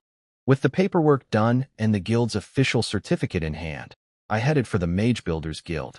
At the Mage Builders Guild, I spotted a group of young people crouching in the corner of the hall, trying to look mysterious and aloof. Their eyes had this familiar gleam, pure, earnest, and a little clueless. Reminded me of my college roommates from my past life. Every other team in the hall had signs up advertising their experience and strengths. These kids just squatted there whispering to each other, hoping someone would find their act intriguing. It was so bad, I actually stepped back outside to check I hadn't walked into the wrong building. I went over anyway. Something about them drew me in, maybe nostalgia. Before we could even start talking, a slick middle-aged man from another team swooped in to trash-talk them. Said they'd only landed one job in 6 months and botched it, going over budget by 1.5 times and having to pay the difference out of their own pockets. I tapped the table and politely told him to wait his turn. When I asked the young team leader if it was true, he nodded. Then he explained what actually happened. The client had wanted them to cut corners to save money and pocket the difference. They'd refused because the quality would have suffered, built it properly, and the budget ran over. Too honest for their own good. I believed them. The middle-aged man was eavesdropping the whole time and never jumped in to contradict their story. If they'd been lying, he would have. Their leader, Thomas, explained they were students from the Royal Court Mage Academy, out on a required internship. They needed to complete one proper construction project to graduate. Their professor had given them a year, and they had 6 months left. Interns. Perfect. Eager, hardworking, cheap, and connected to a prestigious academy where they could call in experienced mentors if needed. I described my project, a 100-acre underground breeding facility for green poison frogs. Nothing fancy, just sturdy and functional. Thomas said they could finish in a month. Not glamorous enough for a top internship grade, but enough to graduate. Their terms were beyond reasonable.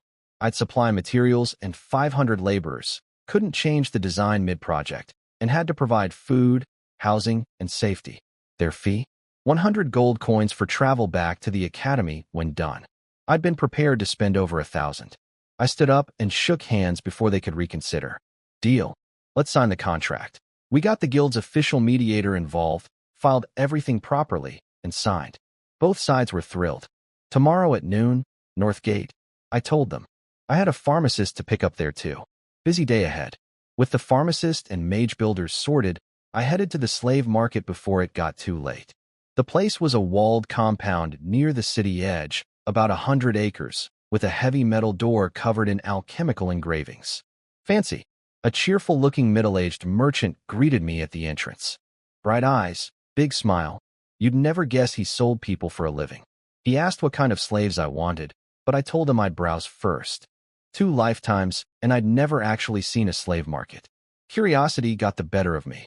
He took me to the premium section first. Foreign women kept in cell-like rooms behind wooden bars, displayed without clothing. I walked through critically from start to finish, then shook my head. Pretty faces wouldn't develop my territory.